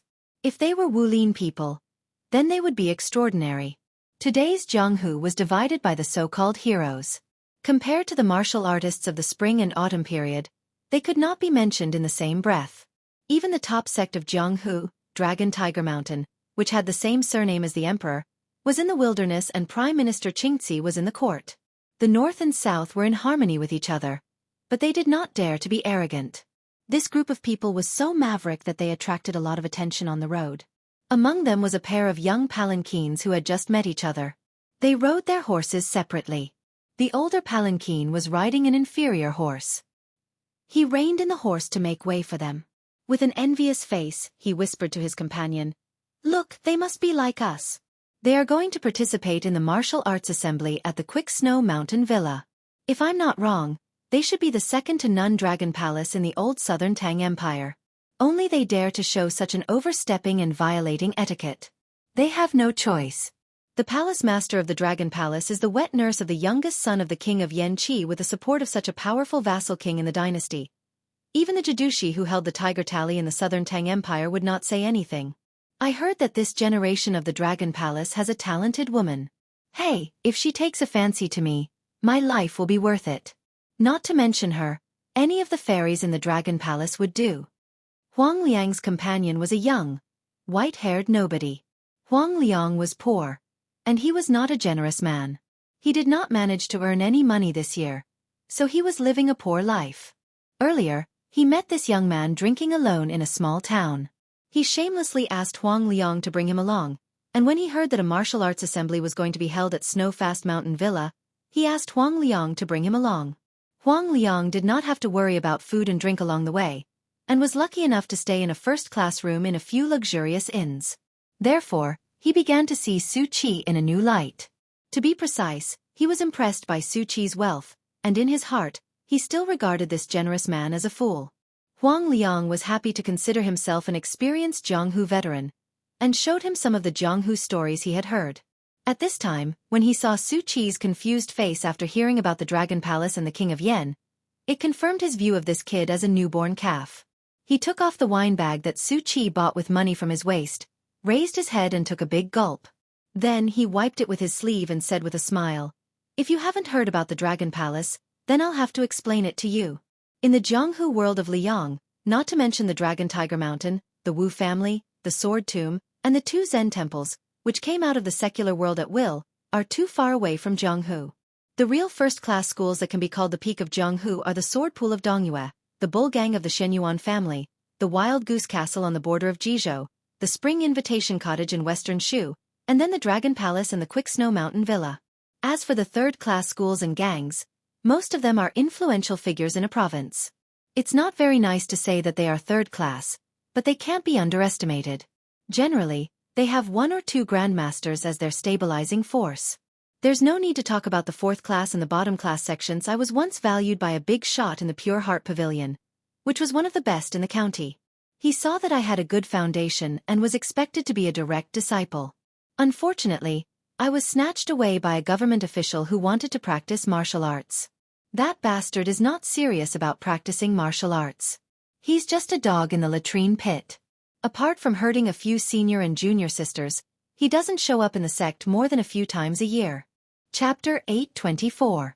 As expected, the young chick beside him, who had just entered Jianghu and did not know the dangers of Jianghu, looked indignant, as if he wanted to fight for justice for Huang Liang. This made Huang Liang, who was wearing a heavy expression, laugh inwardly. It was true, and Pure Heart Pavilion was a famous sect in Jianghu, but that person was not Huang Liang. He had heard from the gossip of the people in the city that the young man who was swapped had a miserable end. He had only said a few angry words, but his hands and feet were broken by a group of retainers on the same day. It was also in this harsh winter that he was thrown to the roadside like a dead dog. Su Qi, or Su Fengnian, looked up and saw the 8-barreled palanquin flying away like a swan treading on the snow. After leaving Shangyin Academy, Su Fengnian did not go with Chancellor Wang. However, with Yuan Zuozong in the light and Chu Lushan in the dark, there should not be any mistakes. If there was no accident, this was probably the last time he had the mood to wander around Jianghu. Su Fengnian wanted to return to Bailiang alone, so he did not even bring Wu, the man of sacrifice, with him, which made him very sad when he parted. According to Huang Liang, Jianghu was finally annoyed and no longer lifeless. The reason was that the Dongyue sword pool, which had a high status among the first-class sects, took the lead and the spring invitation cottage of Western Shu agreed.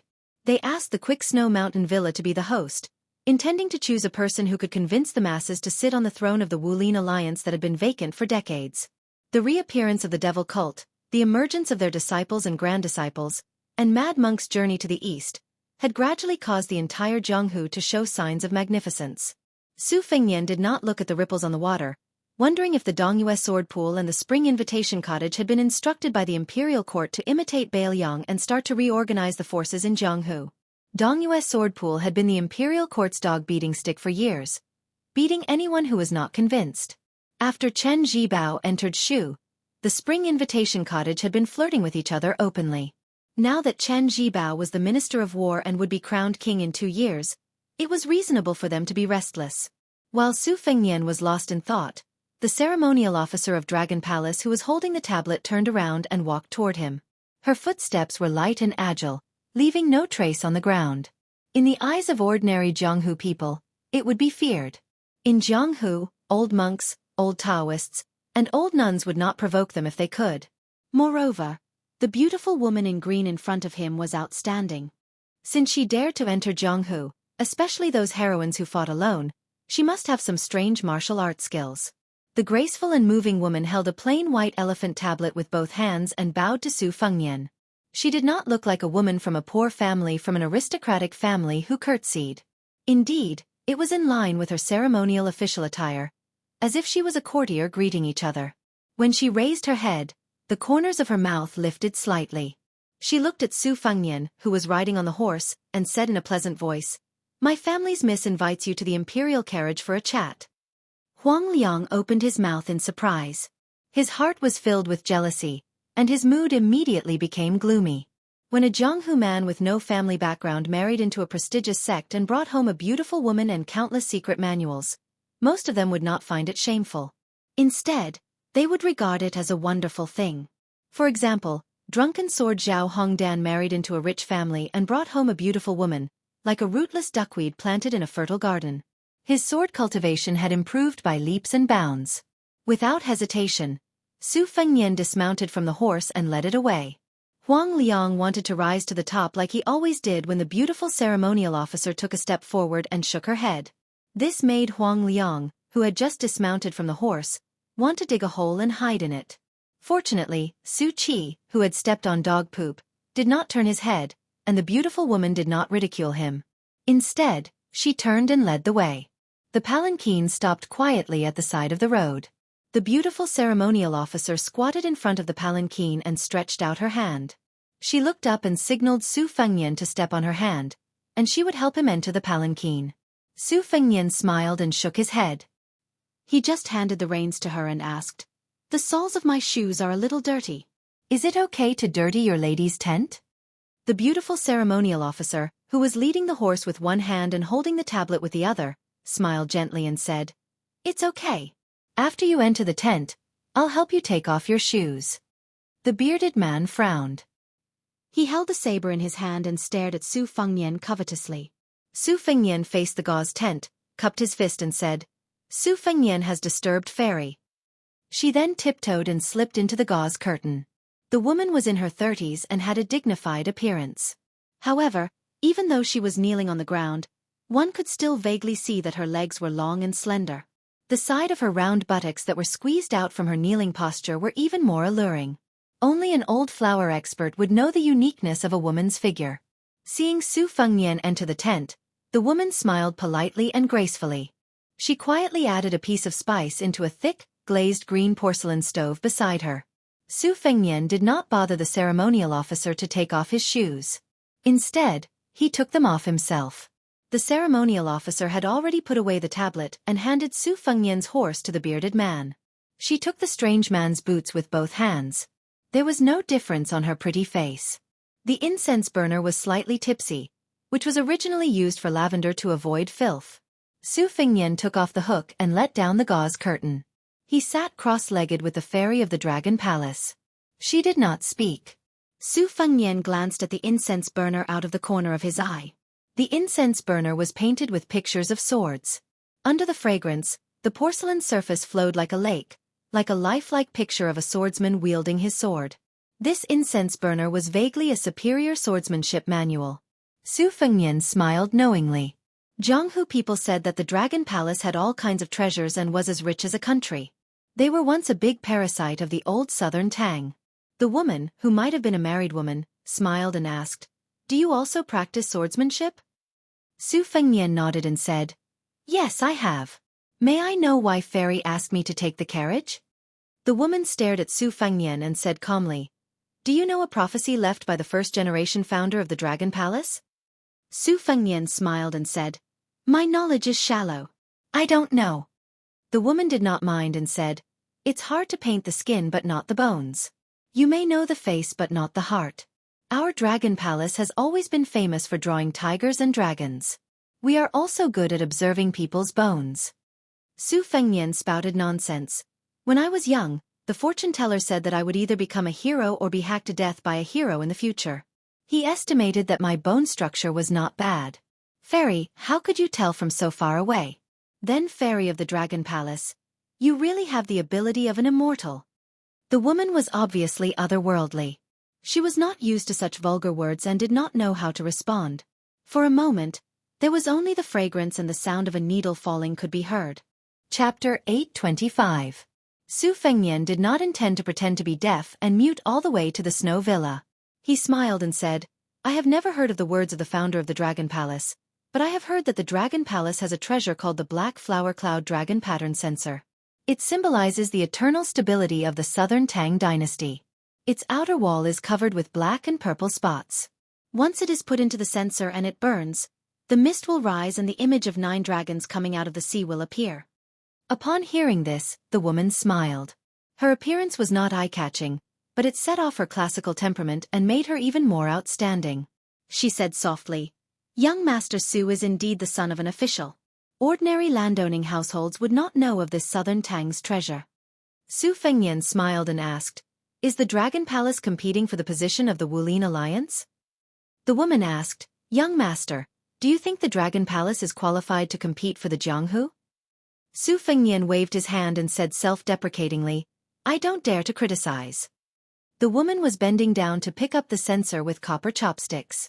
She paused and glanced at Su Fengnian. After putting it into the censer, she seemed to have nothing to say. When Su Fengnian staggered and fell to the ground, She, who had been quietly holding her breath, waved her hands slightly to disperse some of the fragrance. She changed from kneeling to squatting. Her 2 fingers stopped at the tip of Su Fengnian's nose. She said to herself, "You even know that the black flower censer secretly came from the southern Tang Imperial Palace to the Dragon Palace. How can you not know that our sect is good at making human skin puppets with suitable bone structure? You should know that one of the 4 grandmasters, Fu Jianghongjia, was born in the Dragon Palace." The woman stared at Su Fengnian's face and sneered, "You are really calm." While speaking, her 2 fingers were like the tip of a sword and her fingertips were like the tip of a sword. She fiercely poked Su Fengnian's eyes. Her fingertips were not too far away from his eyelids, but the man still did not move. The woman said, "Did he really faint?" The woman who did not retract her fingers had a flash of ruthlessness in her eyes. Just as her killing intent was flowing, Su Fengnian was still lying, but one hand held the woman's fingers and the other hand was strangling her neck. The woman was stunned. The first 2 probing was just a pretense. The 3rd time was the real killing intent. For the Dragon Palace, a good skin was priceless. No matter whether the man on the ground fainted or not, it did not stop her killing intent. The cat and mouse play. The cat and mouse.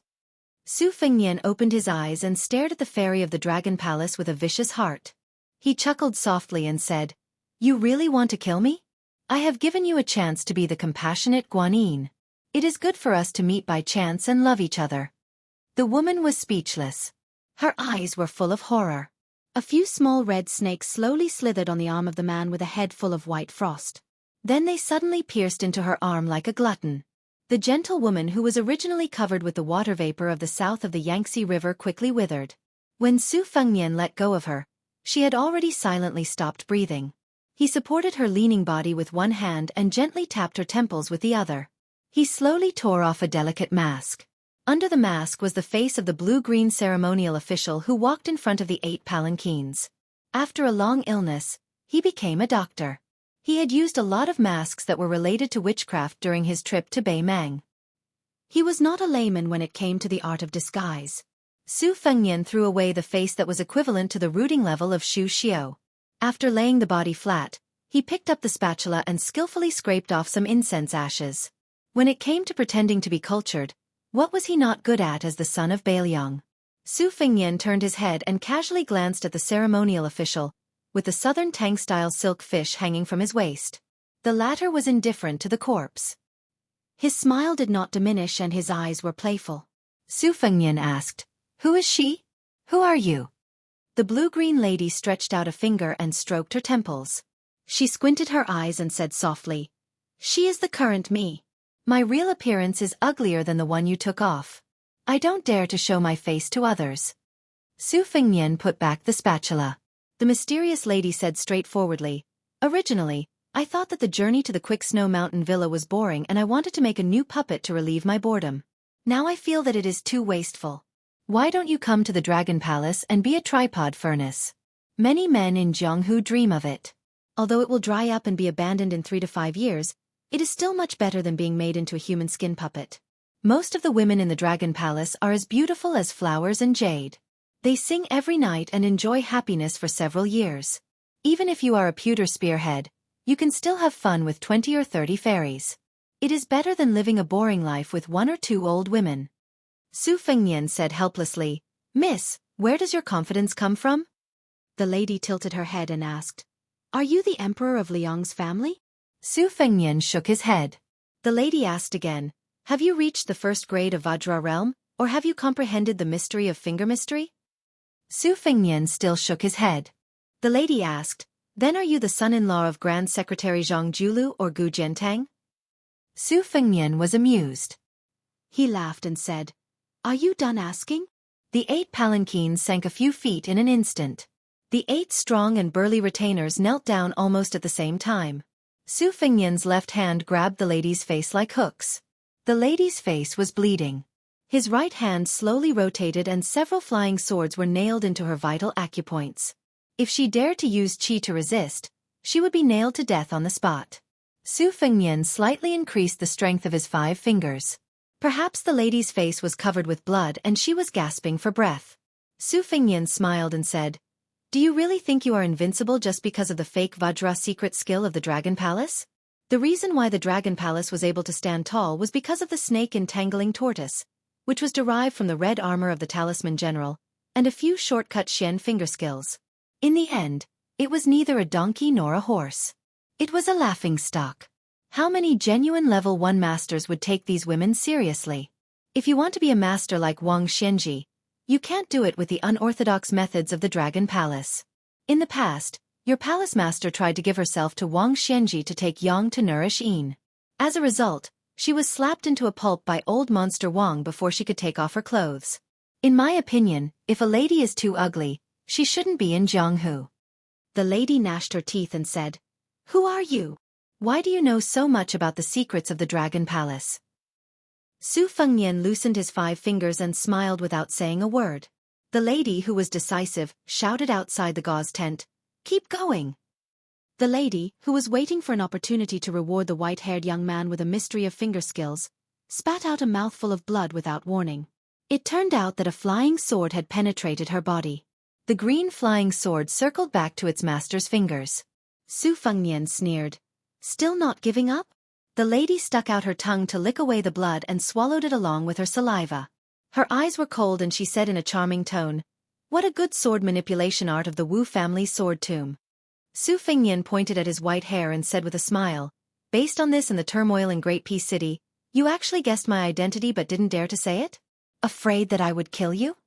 The lady was silent. Su Fengnian asked directly, "This time, the Dragon Palace went to the Quick Snow Mountain Villa to join in the fun. Did the king of Yanqi, Zhao Bing, and Nalan Yusi ask you to do anything?" The lady was expressionless. She seemed to have accepted her fate and was waiting for death. The two of them were only a few feet apart. Su Fengnian changed his attitude faster than flipping the pages of a book. He slapped his palm on her forehead. The woman's body was strangely still. Only her head shook for a long time. Blood flowed out of her 7 orifices. The concealed qi that she had gathered with great difficulty suddenly burst out. She covered her mouth. Scarlet blood seeped out from between her fingers and dripped onto the carpet. Su Fengnian slapped the lady's face with his right hand. Her head swayed to the left. She tried to move to the right because she could clearly feel a flying sword with undisguised cold sword energy hovering near her right ear. She did not want to have her head pierced by a sword for no reason. But Su Fengnian hit her when she was down. After the slap, he pressed his hand against her swollen cheek and pushed it towards the tip of the flying sword. This caused the resilient lady's heart to die in that instant. Her life was hanging by a thread. It was not a good feeling to be so close. The lady closed her eyes. The man's palm was warm, but the flying sword near her ear was cold and piercing. The tip of the sword happened to touch her temple. A drop of blood slowly flowed down her pretty cheek. After opening her eyes, she sneered. "Why? Are you worried that the secret skill of the Dragon Palace will die with me once I crush the pearl?" Su Fengnian flicked his finger on her cheek. The flying sword returned to his sleeve. He said casually, "The ladies of the Dragon Palace are like clams. Their cultivation varies. The pearls they cultivate are also different in size. The small pearls are as small as a grain of rice. They follow the flow of qi. The big pearls are as big as the Lingnan dragon eye. They turn into Taoist gang qi and occupy the dantian." The lady spat out a mouthful of blood. Su Fengnian stretched out his palm and easily blocked it. He glanced at the black-purple blood in his palm. It seeped into his skin and disappeared in a flash. He frowned. The lady laughed crazily. Chapter 826. Su Fengnian laughed. "It's not good for some skills to be too famous. Just like the go set by a top national player, its first appearance is usually earth-shattering. Over time, there will be a way to break it. South of the southern Tang, the weather is gloomy, the sun is abundant, and the plants and springs all contain evil qi. The human qi is connected to the heaven and earth, so it naturally produces miasma. The Dragon Palace has been rooted in southern Xinjiang for a long time, so they fight poison with poison. They collect grass miasma in March, yellow plum miasma in May, and sweet osmanthus miasma in September. They are neither smoke nor fog, but they are mixed into the bloodline. When you spit it out, it is called dragon saliva, especially the blood essence. Even if you are a top expert, as long as you don't have the physique of a Vajra realm, your body will rot after a drop of it." The woman stopped smiling, raised her sleeve to cover her face, and wiped the blood from the corner of her mouth. She even looked shy and coquettish. She stared at the nobleman who was familiar with many secrets of the Dragon Palace. If you insist on killing me, I'll destroy both jade and common stone. If we talk nicely, maybe we can both be happy. Su Fengnian raised his palm, and the dragon's saliva was forced out of his palm. The woman didn't panic and fell into deep thought. Su Fengnian sat near the incense burner and sighed. You really have an exquisite mind. If I were an ordinary person, even if I could suppress the dragon's saliva, which is ranked in the top 5 of the southern border's gu arts, with the incense biscuits in the incense burner that require a guiding medicine, I'm afraid that when I bargain with you, I'll be dead. Also, the bearded man outside the palanquin was just a camouflage. He hasn't reached the first stage, and is at most a second stage master. Previously, when the 8 servants were forced to kneel, one of them didn't have to kneel, but he still hesitated and covered it up. It's really tiring to deal with you. Traps were set everywhere, and she was suppressed everywhere. No matter how determined the woman was, she finally showed signs of collapsing. She only heard the unfathomable young devil say something, which made her scratch her head in confusion. Do you want to have a taste of being skinned by a cat back in the days when the talisman General Red Armor was still alive? My technique is still immature, and I'm still trying to figure it out. Why don't you put up with it? Su Fengnian reached out and brushed the gauze curtain, pulling out a few white threads that were floating between his fingers. Her voice trembled as she said, I admit defeat. Su Fengnian smiled. His eyes were so sinister that she felt like she was the merciful goddess of mercy. The skin on her face was torn off by Beth. She lowered her head and held her bloody face. She said hoarsely, Yang Maoyang, Zhao Wei Ping, step back. In the Jianghu, if there was good fortune, there would also be bad fortune. He might obtain a secret manual for no reason, or he might be taken in as a disciple by an otherworldly expert. It was also possible that he would be half-crippled by an eccentric hermit expert without doing any evil deeds, or he would fail miserably in an easy task, and his reputation would be destroyed overnight. This was the allure of Jianghu. You would never know what kind of changes and opportunities you would encounter tomorrow. Generally speaking, the higher one's cultivation level, the smaller the variables. However, as long as one encountered one, it would be more difficult to resolve. Not to mention finding a needle in a haystack. There were only a handful of level 2 Master Realm Masters in each province. They rarely met each other and minded their own business. However, once a death grudge was formed, one side would usually end up in a miserable state. Su Fengnian stretched out a white thread and looked down. He didn't look at the woman who didn't have any arrogance at all. He said calmly, I hope you can tell me everything you know. As they approached the Snow Mountain Villa, the 8 palanquins turned into the private road of the villa from the official road. The road became wider, and the snow was mostly cleared. One could see that the road stretched on. Close to 100 boys and girls with delicate features held brooms with silk handles. There were also managers of the villa welcoming them at the entrance. Every time a reputable person in Jianghu sent an invitation, there would be loud cheers from the villa. The 8-barreled palanquin and an ox cart entered at the same time. The driver had an arrogant expression on his face. He was obviously a child who had just entered the school to learn how to read and write, but he carried a long sword with a dense sword aura on his back. Behind him sat an old Confucian scholar in plain clothes. He had the air of an immortal, and in his hand was an elegant and refined item that famous scholars would carry when they talked about it. Ordinary people would look at him with respect, and he really had an otherworldly temperament. Along the way, many Jianghu people who entered the private path of the villa hurriedly made way for him. As for some famous heroes who had the courage to approach and greet him, the old Confucian scholar sitting in the ox cart kept his eyes closed and did not pay any attention to them. The Jianghu heroes who had hot faces but cold butts did not have the slightest dissatisfaction with this, and only felt that it was natural. The Snow Mountain Villa took the initiative to take on a heavy responsibility this time and spent money to organize this Jianghu event.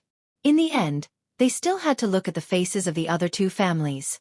One was the Dongyue sword pool, which was strong enough to compete with the sword tomb of the Wu family for the title of the World Sword Forest. The other was the remote Shishu Spring Invitation Cottage. The former had sent Li Yibai, who was expected to be the next leader of the sword pool, and 18 sword servants. There were only 2 of them, but they were undoubtedly more important. The old Confucian scholar holding the tail of the bamboo stick was the current master of the spring invitation cottage, Xiaolingzhen. His cultivation was unfathomable, and he had never fought with anyone in his life. However, it was said that the Confucian scholar who could exchange swordsmanship with the sword emperor of Shishu was only capable of condemning people in speech and writing. There was an uproar on the road. The 8 palanquins of the Dragon Palace and the ox cart of the cottage came into view. Then, another group of eye-catching people came into view. 18 female swordsmen in the same style of fox fur rode on white horses. Their sleeves were as white as snow, and they looked like fairies. Even their scabbards were as white as snow. It was an eye-opener. For generations, the Dongyue sword pool would choose young girls with spiritual chi sword embryos and carefully nurture them into sword servants. These girls had to remain virgins for life. They were swords and also chastity for the sword pool. However, the Snow Mountain Villa didn't see the Dongyue sword pool's self-proclaimed genius of swordsmanship, Li Bai. There were 3 riders riding side by side. In the middle of them was a young man who looked spirited and bright, full of vitality. The rider on the left was dressed in black and had a horizontal blade at his waist. He had a cold expression and was tall and strong. His hair was slightly curled, and he looked heroic. The rider on the right was much inferior to his 2 companions. He had a short sword at his waist. He looked ordinary, had dark skin, and was short. When the man in the middle appeared on the private road of the Snow Mountain Villa, a large group of girls who had been waiting for a long time suddenly screamed. They shouted the words, "Qing Bai," with infatuation in their eyes. The young rider in black laughed softly and said, "Brother Qian, you're still in such high demand. Let me see. Oh, there really are a few beauties. Why don't you give some of them to me?" The handsome young man blushed. The black-clothed swordsman laughed and reached out to rub his face. "Brother Qian, oh Brother Qian, your skin is even thinner than a girl's." When the girls saw this scene, they were even more obsessed. The young man with the surname Qian, who was called Qing Bai, braced himself and purposely turned a blind eye. He brushed past the girls who adored him. His surname was Qian and his given name was Laifu. The surname Qian was a common surname, and the 2 words Laifu were far from Yang Chun by Shui. It was really interesting that such an elegant young man was given such a tacky name by his parents. In fact, Qian Laifu was born in the Lianghuai aristocratic family. 200 years ago, it was a big family that even the emperor's daughter hated to marry. Now, it could be considered a prosperous family, especially Qian Laifu. He was good at making Qing Bai scholars' paper, imitating the Langxia Hall in Shu. It was far better than the craftsmen of the Rui Pavilion in the capital. Even the Suzhou Wu Weaving Bureau could not compare. At first, he wrote poems for the Ichuan invitations in the inner hall of the palace to fill in the blanks on the walls and pillars. He was known as the flower of the palace. Later, it evolved to the point that all the ministers of the imperial court used this paper. He was also good at writing graceful poems, which were extremely sentimental and lingering. In the scholarly circles, he was known as the 4 little families of the literary world, along with the down-and-out young phoenix of the song family, Wang Chudong, who wrote The First Snow on the Spring God Lake, and Su Weisheng of Beiliang. Each of them had their own strengths, and Su Weisheng won first place. Not to mention the many noble ladies in the Liang dynasty who admired Qian Laifu, who was known as Qing Bai. There were also many heroines in the Jianghu who threatened to marry only him. On the 8 palanquin, Su Fengnian was sorting out his thoughts. The woman beside him, Lin Hongyuan, was actually the next palace master of the Dragon Palace. She admitted that this trip to the Quick Snow Mountain Villa was ordered by the King of Yen. Her main purpose was to help Li Bai of the Dongyue Sword Pool to become the Wulin Alliance leader. For this, the Dongyue Sword Pool secretly gave the Dragon Palace 6 ancient treasured swords. Su Fengnian did not believe all of it. Lin Hongyuan's words were almost 90% true and 10% false, which was enough. This time, in the fight for the position of Wulin Alliance leader, Xiaolingzhen of the Spring Invitation Cottage was the most popular. Among the first-class sects, the Quick Snow Mountain Villa leaned towards the West Shu Cottage, which had been on good terms with them for generations. The sects and gangs in the southwest of Liang were also willing to join forces. However, it seemed that the young fort master of the Wild Goose Castle in Jizhou was also involved. This young lieutenant had an official status that no one dared to underestimate. There were also rumors that the young fort master of the Wild Goose Castle was very popular in the capital. He was brothers with the two sons of the former Minister of War, Gu Zhentang. He had even gone hunting with the first prince, Zhao Wu, many times. In addition, there were some stragglers, but compared to these three parties, they were not worth mentioning. However, the Wulin alliance leader today was not like the past where they could not interact with the imperial court. As long as they became the alliance leader, it was almost equivalent to connecting with the imperial court and entering the emperor's sight. After being recruited, they could help the emperor govern the Jianghu. If this was not a great life-saving talisman, what was it? The cultural pulse of the Central Plains could still be connected, but unfortunately, the martial courage of the Jianghu had been broken. Su Fengnian said softly, the Spring Invitation Cottage, the Dongyue Sword Pool, and the Wild Goose Castle in Jizhou. They are all beautiful widows who can't keep their widowhood. There is someone secretly above. Chapter 827. The Suishue Mountain Villa was located on the shore of the God of Spring South Lake, overlooking Hubei. The river was vast and majestic. After the heavy snow, the wonder of the sunset snow on the river was even more magnificent. The villa was built with ingenuity, and more than half of it was out of the lake. The Dragon Palace was as famous as the Suishue Mountain Villa in Jianghu. Living in the north, it was convenient to enjoy the lake scenery. The secluded courtyard was even more elegant and clean, which made people's hearts beat faster. The walls were painted white and the tiles were blue. Painters were hired to make freehand paintings on the inner and outer walls of the house. While walking through the corridors, Lin Hongyuan also saw a small and humorous butterfly in love with a flower at the top of the corridor, which made her a little surprised. The floor of the main building was covered with transparent glass. Fishes in the lake could be seen faintly, either alone or in groups.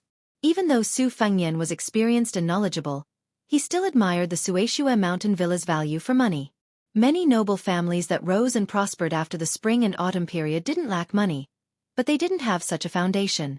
Many of the buildings were pieced together, and experts could see the difference between noble families and aristocratic families at a glance.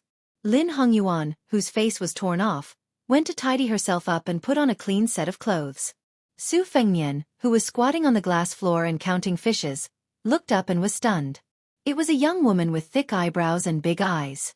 She wasn't stunning, but because her eyebrows and eyes were rare, she was not easy to forget. Su Fengnian didn't have a good impression of the Dragon Palace.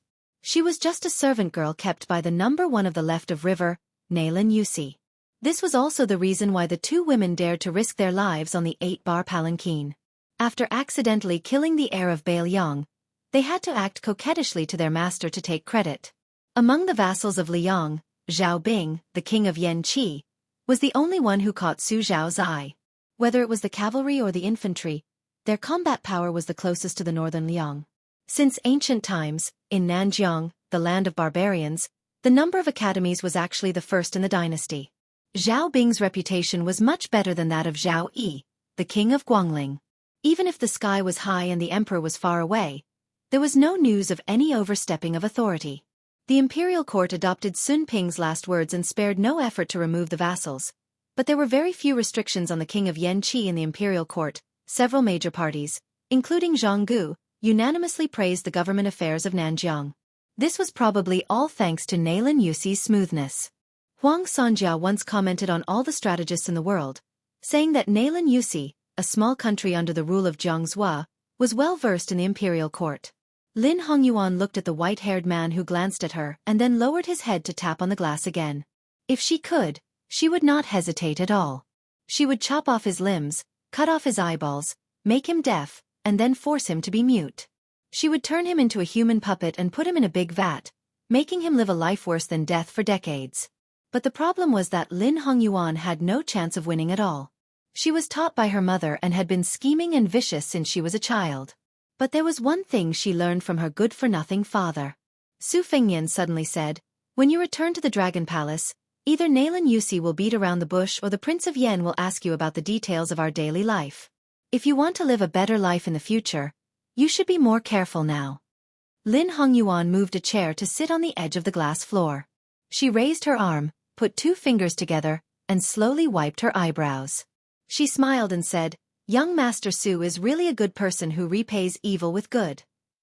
Su Fengnian said calmly, "I know a little about Xialingjin from the cottage." Li Yibai from the Dongyue Sword Pool and Li Huali from the Yanbao Fort in Jizhou.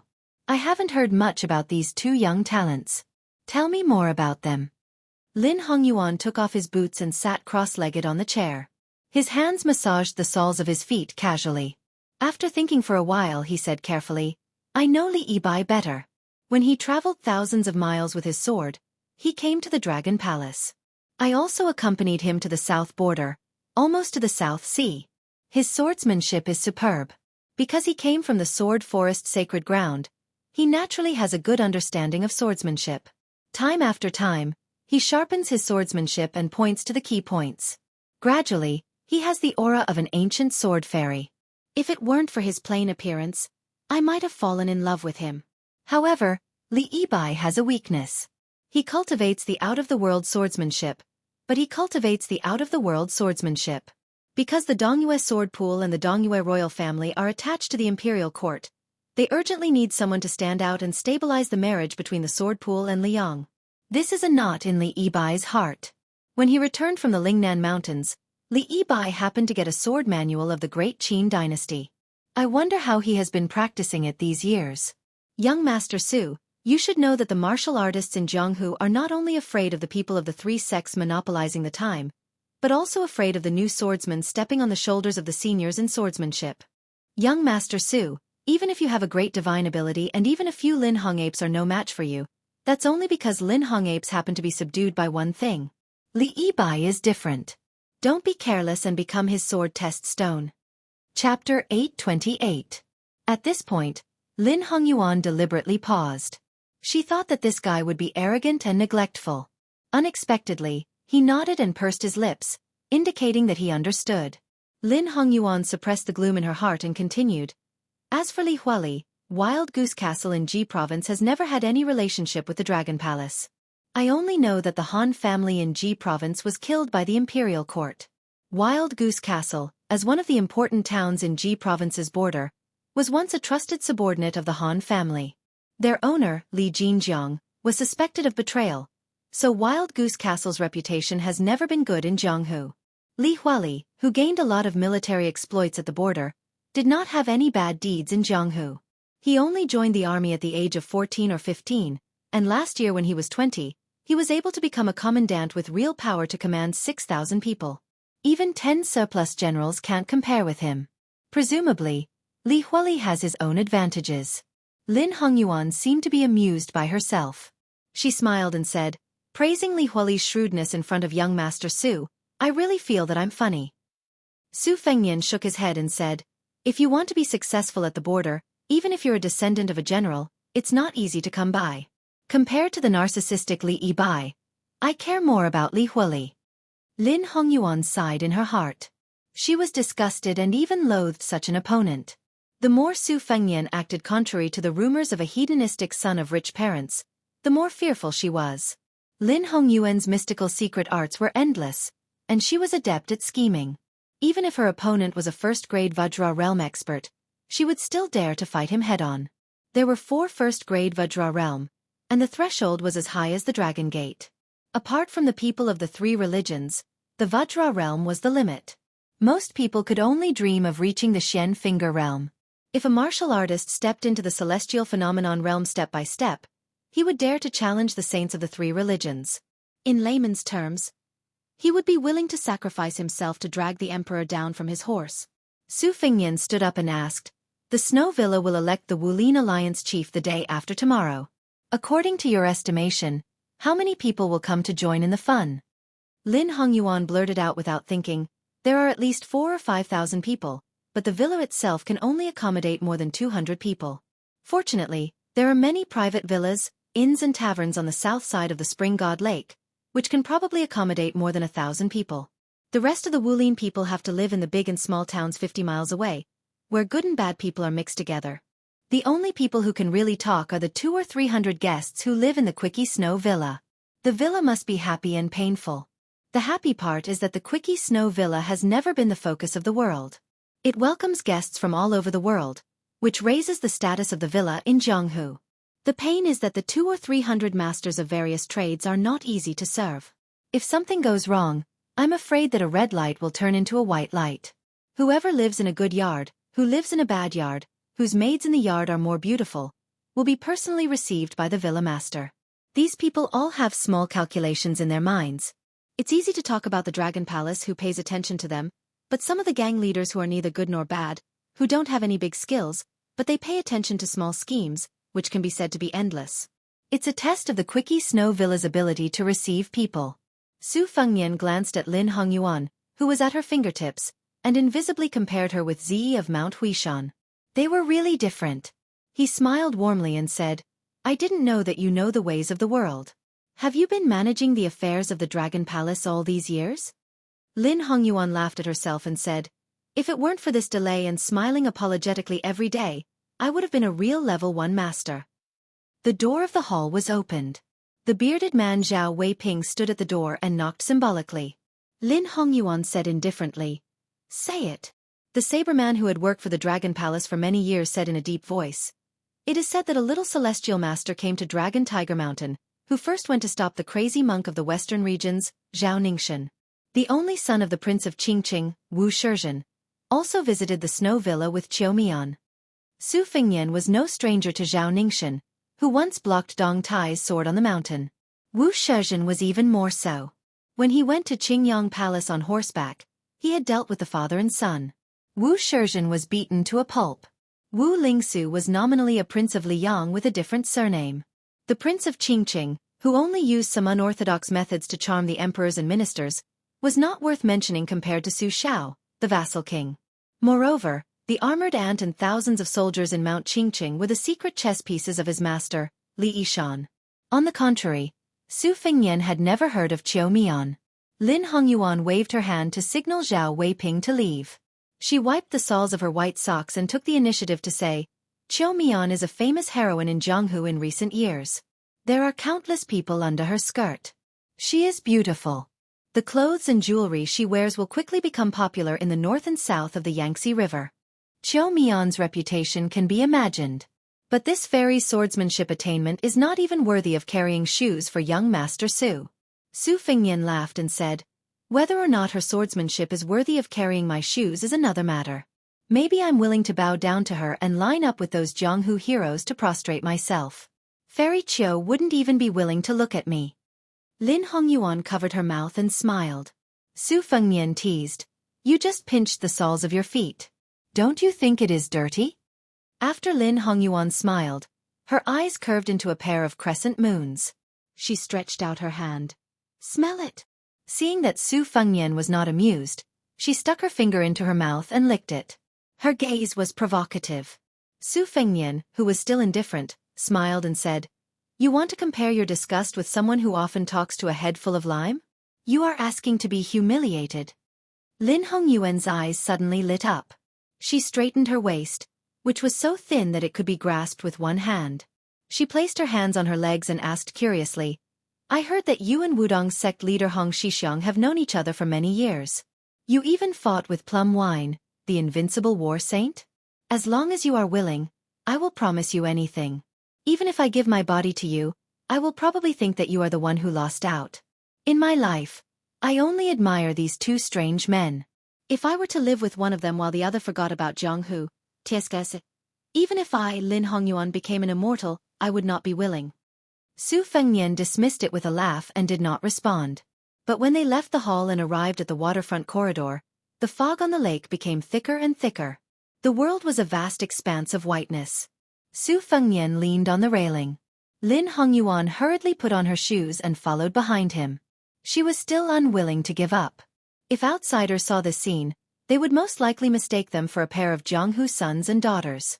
Su Fengnian said softly, say if we kill Xielingzhen, Li Yibai, and Li Huali in one go, wouldn't it be very interesting? Lin Hongyuan's expression was complicated. She asked in a low voice, can we kill them? Su Fengnian laughed. We will know after we try. Chapter 829. The mist on the surface of the lake was steaming, making it look like a fairyland. At this moment, a melodious and clear sound came from the mist. Lin Hongyuan pricked up his ears to listen to the sound of the flute, dissipating the bloody smell brought by Su Fengnian's shocking words. Lin Hongyuan was intoxicated by the sound and simply closed his eyes. He seemed to be a famous flute player. He murmured, "The Deer Waste Ridge under Mount Huey's Unia Mound is surrounded by many purple bamboos. I don't know why there are green bamboos. There are moss clinging to the bamboo legs.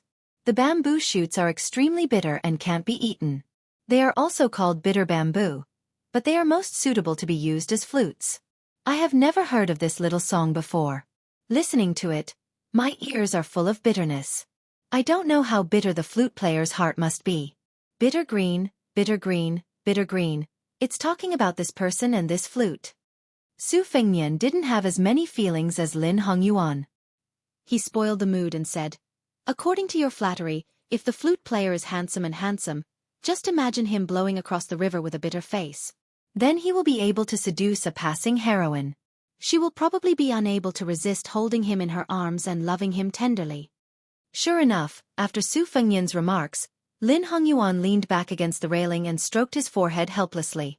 Su Fengnian twirled a strand of hair around his temples and asked, "How many people in the world do you think can wipe out the Snow Mountain Villa in one breath?" Lin Hongyuan's eyebrows trembled. After thinking seriously, he said, "Wang Xianji, Tuoba, and Dong Tai. It can't be more than that." Mr. Nayland said that in the past 500 years, other than Wang Xianji who can compete with Ancestor Lu, no one else can achieve this feat. Beimang's God of War was close behind in the martial arts evaluation, but he surpassed the other 8 people by a large margin. Of course, to be precise, he was behind the Peach Blossom Sword deity by 7 people.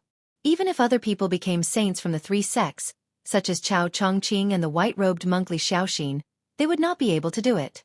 This was because it went against their conscience. Once they entered sainthood, the heavenly phenomenon was too important.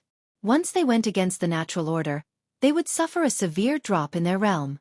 For example, Li Dongxin had cut off the Yellow River and hung hundreds of feet of water on top of Taoism sect's head, so it would never fall on the innocent. Even if they were unwilling to surpass the North Sea, they could not do so. This was especially true for the reclusive masters of Buddhism.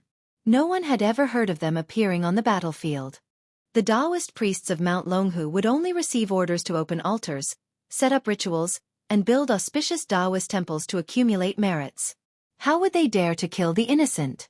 When it comes to Dong Tai, a carefree earth immortal, most of them will not lower themselves to the same level as ordinary people. Just like a strong man who sees a chicken pecking rice on the side of the road, he will not look for a stick to beat the chicken to death. If there is such a thing, it can only mean that there is something wrong with the guy's head. The crazy monk who sings wordless songs is one of them. Su Fengnian sighed softly. The sword is a good sword, but the person is not a good person. Lin Hongyuan was born with an exquisite heart. He immediately understood the meaning and asked carefully, could it be that the monk was an extremely brilliant swordsman before he shaved his head? Su Fengnian's elbow was on the railing while his other hand patted the railing lightly. He smiled. I'll give you a word of advice. I don't accept money. You are too smart and you will end up ruining your life. Lin Hongyuan smiled. I've learned something. But young master, you are being generous with other people's money. You have to know that I have also bought the first snow. Speaking of which, the talented woman who said this seems to live on the spring deity lake. If I am lucky enough not to die in your hands, I will definitely go and take a look at her face and ask her some questions that I have never been able to answer. When the time comes and I appear in front of her, I will definitely pretend to be virtuous, so as not to frighten the great master of the literary world that this little girl has admired for a long time. Lin Hongyuan's words were lively, like a familiar and amiable girl next door. Unexpectedly, after Su Fengnian gently patted the railing, he suddenly slammed the railing heavily. Lin Hongyuan staggered and fell to the ground. He covered his heart with both hands and his face was pale. He looked at the man who was talking and laughing just a moment ago with malice and anger in his eyes. Su Fengnian still rested his chin on his hand and looked down at the noble of the Dragon Palace, who seemed to have suffered an undeserved disaster. He said, the flute player is Zhao Ningxian. The flute sound is transparent, which is only pleasing to the ears for laymen. But you and I both know that many listeners do not mean it, but the flute player means it. He uses the flute sound to distinguish the level of the people on the lake after touching the ripples of Qi-ji everywhere. You pretended to flatter me just to let me release my Qi-ji to listen to the flute sound. Even if my identity will not be exposed for the time being, it will make the young Taoist priest of the Dragon Tiger Mountain think about it. I kindly give you a maxim not to be a smart aleck. Lin Hongyuan, whose chi was chaotic like boiling water, endured the piercing pain and asked bitterly, "What kind of strange technique is this? You actually managed to take over my chi by relying on a simple beat?" Su Fengnian smiled and said, "There's no harm in telling you. I secretly learned from a blind female zither player in Beimang's 18 beats of the hujia. Originally, I did not know the technique and only knew the form. Later, after a battle, I could be considered to have climbed to a higher position and looked further. Coincidentally, you were not sensible, so I played with you." Lin Hongyuan shouted crazily and sternly, "Su Fengnian, what do you have to do with that human cat Han Diaoxi?" Previously, the finger mystery technique that tore my face and peeled the cocoon was Han Diaoxi's unique skill. Now, the trick of seizing people's heart is clearly similar to Han Diaoxi's method of digging people's souls. Su Fengnian ignored the extremely angry woman and turned his head to look at the white fog in the lake. He said to himself, "That cat's head is really a good thing. It's much better than the head of the fifth raccoon." A wisp of vermilion jumped up and down in the mist. It was silent, joyful, and wanton. Su Fengnian, who had been holding his cheeks, had a warm look in his eyes. Lin Hongyuan looked up at this time and happened to stare at his pair of red phoenix eyes. She was in a daze. How could one have both the handsome horse and the autumn wind in the north and the apricot flowers and misty rain in the south? How could this devil, who made her afraid, have such a warm side? Lin Hongyuan did not know what he saw or what he thought. At that moment, she only felt that if she could make him into a human puppet in this life, she must keep his eyes. Su Fengnian stood up and stretched his neck lazily. He bent down and looked into Lin Hongyuan's eyes. "There are several kinds of pseudo-Xian finger skills in the Dragon Palace. I taught you one, so you have to teach me one." Lin Hongyuan felt anxious and miserable. She thought, "Then why don't you stand still and let me torment you until your ocean of chi is boiling? Let me beat you until you are half dead." She could only purse her lips tightly. Su Fengnian touched Lin Hongyuan's eyebrows with his fingertips. He did not have the posture of bargaining at all. He smiled and said, "I have seen a lot of finger mystery techniques, but the more this thing the better. You, Lin Hongyuan, will be the woman of the master of the Dragon Palace in the future. You have a bright future. If you die in the Snow Mountain Villa for no reason, what else can you do except as a secret joke? I don't have a big appetite. I'm not asking you to say all of them. As long as there is one, we are even. How about it? Next, you have to complete the task given to you by Mr. Naylan. I will kill my people." Lin Hongyuan sneered and said, "You can't kill me because you want this?" Su Fengnian did not have the time to be gentle with her. With a light tap of his finger, Lin Hongyuan, who had been heavily hit between the eyebrows, crashed through the railing and fell into the lake. Then, she seemed to be kicked back to the outer corridor by a water ghost, becoming a drowned rat in the middle of winter. Su Fengnian squatted beside her and crossed his arms. Lin Hongyuan vomited a mouthful of blood. Apparently, she was not as energetic as before. She said dejectedly, "If you go back on your words and know what you want to know, you will still kill me in the end." "So what?" Su Fengnian's eyes were clear. He shook his head and said, "You can rest assured. I have a message for you to tell your benefactor, Mr. Naylan. Whether it's Zhao Weiping or that sneaky Yang Mao Yang, none of them are qualified." Lin Hongyuan steadied her breath and sneered. "To understand the mystery of finger mystery, is it as easy as reciting a few lines of poetry? Young Master Su, could it be that you're a rare genius like Wang Xianji?" Su Fengnian held his belly and laughed. Lin Hongyuan was confused. Su Fengnian pointed at Lin Hongyuan and said shamelessly, "I thought I was already a jinx. I didn't expect you to be better than me." "You are right." Lin Hongyuan lamented. He really wanted to break this bastard's 3 legs with one punch. Su Fengnian restrained his smile and said, "Seriously, you should first talk about the meaning of the mysterious finger skill hidden in the Dragon Palace. If it's not useful to just talk about it, I don't mind being your practice body. You can wait for a chance to take revenge openly." Lin Hongyuan hesitated for a moment, and it was obvious that he was struggling with himself. Su Fengnian mocked, "Lin Hongyuan, do you know that it's because you know too much about mechanism algebra that it's easy for you to be blinded by a single leaf? Women don't have courage and only know how to play petty tricks. They can't achieve great things. Extreme wisdom is bound to be hurt. This wisdom is small wisdom and not the wisdom of the root. Truly smart people will pretend to be stupid and be willing to suffer losses. If it was that woman from Mount Hui, she would have already done business with me based on her intuition. She is the one with the root of wisdom. You're too petty. I always think that a woman's intuition is very similar to the foresight of the root of finger mystery. Lin Hongyuan didn't disappoint Su Fengnian. She went straight to the point and asked indifferently, "Have you ever personally copied the tablet?" Su Fengnian shook his head. Lin Hongyuan frowned. After her eyebrows relaxed, she said, "The Dragon Palace saved a Taoist great spiritual master 300 years ago and passed on a unique mystery finger mystery to that generation's patriarch. It was similar to a copy." Su Fengnian was originally concentrating. Suddenly he smiled and said, "Change your clothes first." Lin Hongyuan didn't refuse. She stood up and changed her clothes. A woman's love for beauty had nothing to do with martial strength. The Dragon Palace amassed countless wealth. If she wanted jewelry, Lin Hongyuan could wear it so that people would only see the jewelry and not her. The Dragon Palace also hid a few sets of the phoenix coronet and robe that the Empress of Southern Tang didn't have time to take from the weaving bureau. Lin Hongyuan had just changed into a relatively simple and elegant dress when the curly-bearded swordsman Zhao Weiping respectfully reported at the door, "Master Yuqi is here." Chapter 830. Lin Hongyuan did not go out immediately. Instead, she went to inform Su Fengnian. He asked Lin Hongyuan to do her business first while he leaned on the railing of the corridor outside the inner hall. Yuqi Liangfu, the owner of the Quick Snow Mountain Villa, was as busy as a bamboo dragonfly. The sudden arrival of Zhao Ningxin from the Taoist master residence of Dragon Tiger Mountain brought light to the villa. Even Wu Shizhen from the Qingyang Palace and Qiu Mian from the Butterfly Sword Sect became the icing on the cake. It did not mean that Zhao Ningxin, who was famous in the Liang Palace, was more important than Xiaolingzhen from the cottage. It was just that the latter was expected, so it was not as surprising as the former. Yuqi Liangfu had personally met more than 30 martial arts giants in the past 2 days. Most of them were in their prime, and there were also many old people. Among the younger generation, Li Yibai from the Dongyue sword pool was like a blunt sword that had not been sharpened yet. He was very easy to get along with.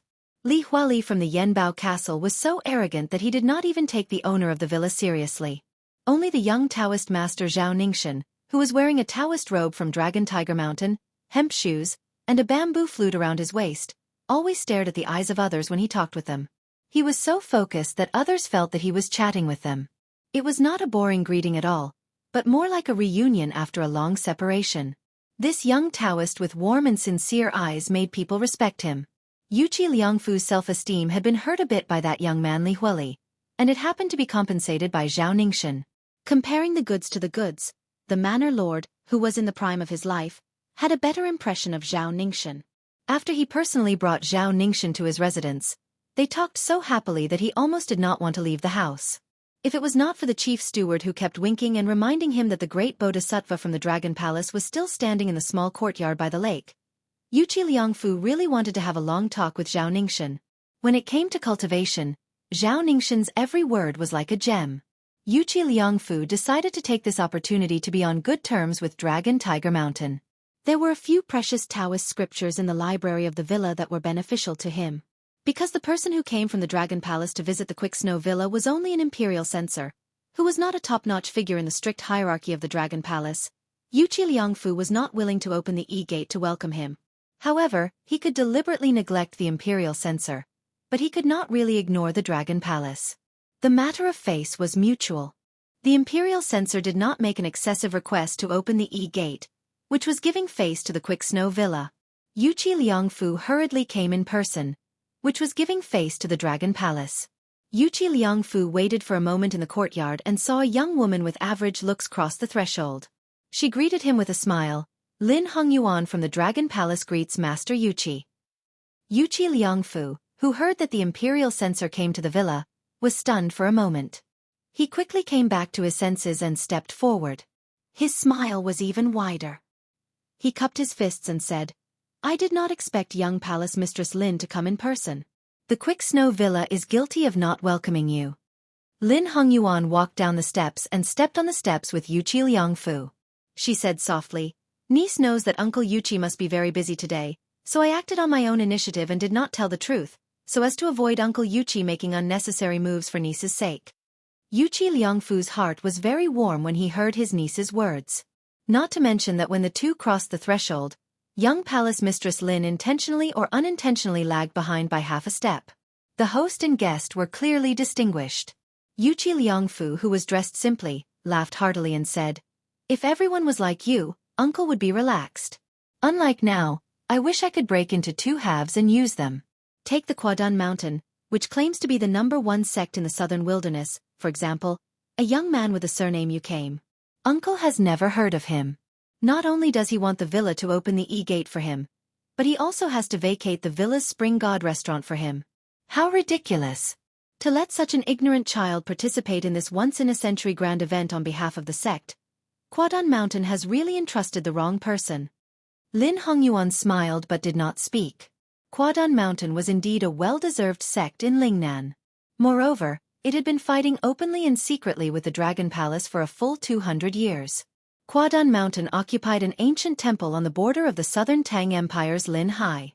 When the southern Tang Emperor ascended the throne to pray for rain, stop plague, and even ask for heirs and other important matters of state, he would send important ministers or local dignitaries to worship the sea god in the temple. Every time, he would set up a monument to record the event. So far, there were 29 Tang monuments. After Liang unified the spring and autumn period, because Bailiang dominated the northwest gateway, there were only two options for demoted officials. The officials were either sent to Liao and Lingnan, with the latter being the majority. The imperial court obviously trusted the Prince of Yan, Zhao Bing, more than the Prince of Jiaodong, Zhao Sui. Most of these demoted officials were from the local area. Quadan Mountain's literary atmosphere was quite strong. The two often sang poems together, adding a lot of luster to Quadan Mountain. If the Dragon Palace was Nalan Yusi's concubine maid, then Quadan Mountain was Nalan Yusi's fisherman. The two were just jealous of each other these years. Yuchi Liangfu's posture was nothing more than a common technique of suppressing and raising one's hand. However, he was adept in the ways of the world. In the end, he still needed to let others know that it was not too straightforward. Otherwise, if he blindly kept it hidden, others would not know whether he was good or bad. What would that be? Lin Hongyuan did not agree. She deliberately stepped on Quadan Mountain a few times. This would only make Yuchi Liangfu, the old fox, look down on the Dragon Palace behind her. The two sat on the yellow rosewood armchair. Yuchi Liangfu put his hands on the smooth armrest, while Lin Hongyuan sat upright and still. Her back did not touch the back of the chair at all, showing the etiquette of a junior. In the eyes of Yuchi Liangfu, the middle-aged man who sat on the first armchair in the Quick Snow Mountain Villa quietly withdrew his hands from the armrest and asked gently, "Niece, are you used to living here? The Spring God Lake is not like the Dragon Palace. In winter, it is always cold to the bone. Now it is snowing heavily.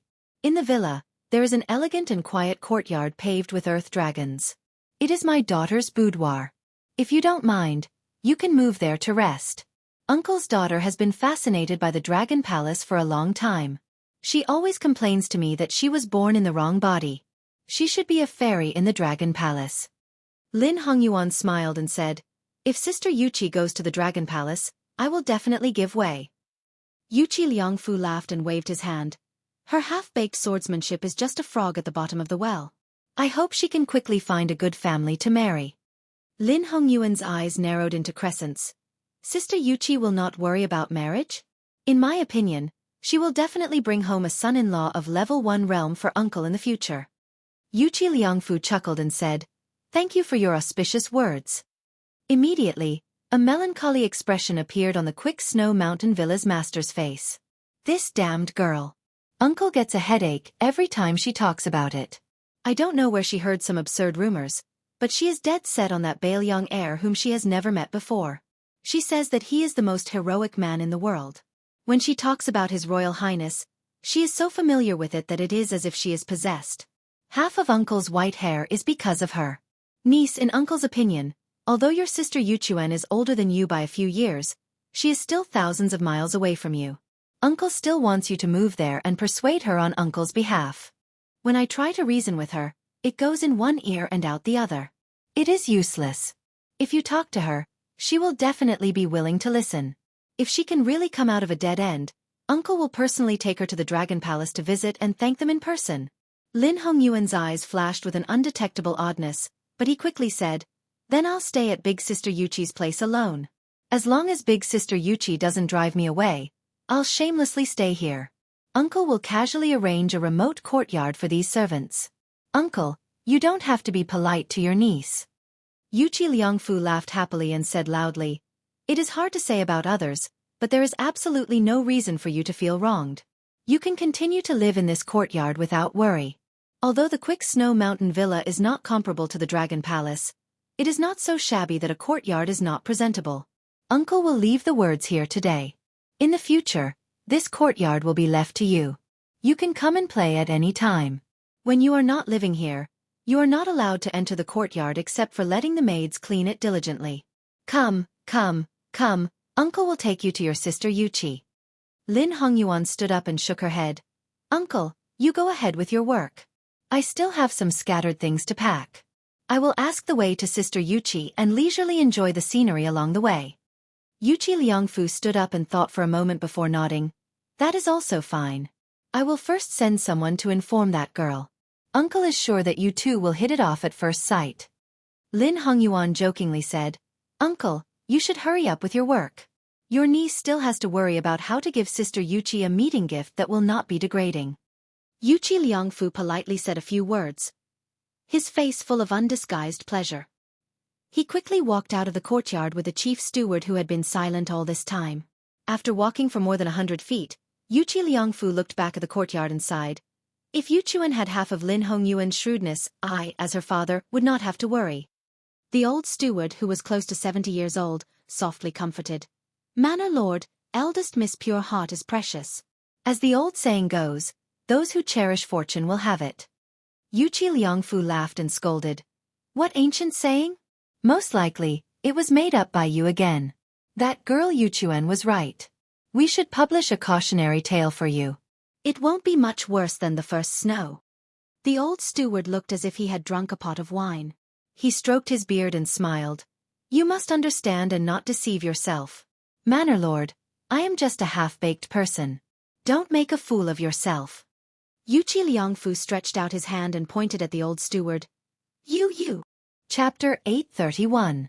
The two rushed to the next courtyard, where lived a sect that was one of the top 3 in Jianghu when it came to poisons. It didn't matter if they were friends or not, but they definitely couldn't be enemies. Yuchi Liangfu had to brace himself to deal with them. He heard that the eccentric old man liked men. For this reason, the Quick Snow Manor hired 2 handsome young men from a brothel in Xiangfan City to live in the courtyard. They were discreetly hidden among the maids, just in case. Yuchi Liangfu was deeply moved as he walked. This time, in order to win the election of the Wulin Alliance leader, Zhuangzi had paid a great price not only in the Spring Invitation Cottage but also in the Dongyue Sword Pool. Just the unremarkable ingredients alone cost more than 3,000 taels of silver a day, not to mention the extravagant expenses of renting expensive young men from the brothel. In the courtyard, Lin Hongyuan walked to the outer corridor and saw Su Fengnian sitting against the wall outside, fiddling with something with his head lowered. She smiled and said, "Have you heard? That Miss Yuchi is very stubborn about you, young master." Su Fengnian raised his head, revealing an unfamiliar face. He wore a root-shaped face that hadn't been used much since his Beimang returned. He smiled and said, "This Miss Yuchi's taste is very good, unparalleled in the world." The corner of Lin Hongyuan's mouth twitched. Su Fengnian stood up and smiled. "Go get me an ordinary mink hat. Let's make another bet." Lin Hongyuan asked, "What bet?" Su Fengnian crossed his fingers and stretched them to the top of his head. He lazily shook his head. "Let's bet on whether or not I can kill Xielingzhen tonight.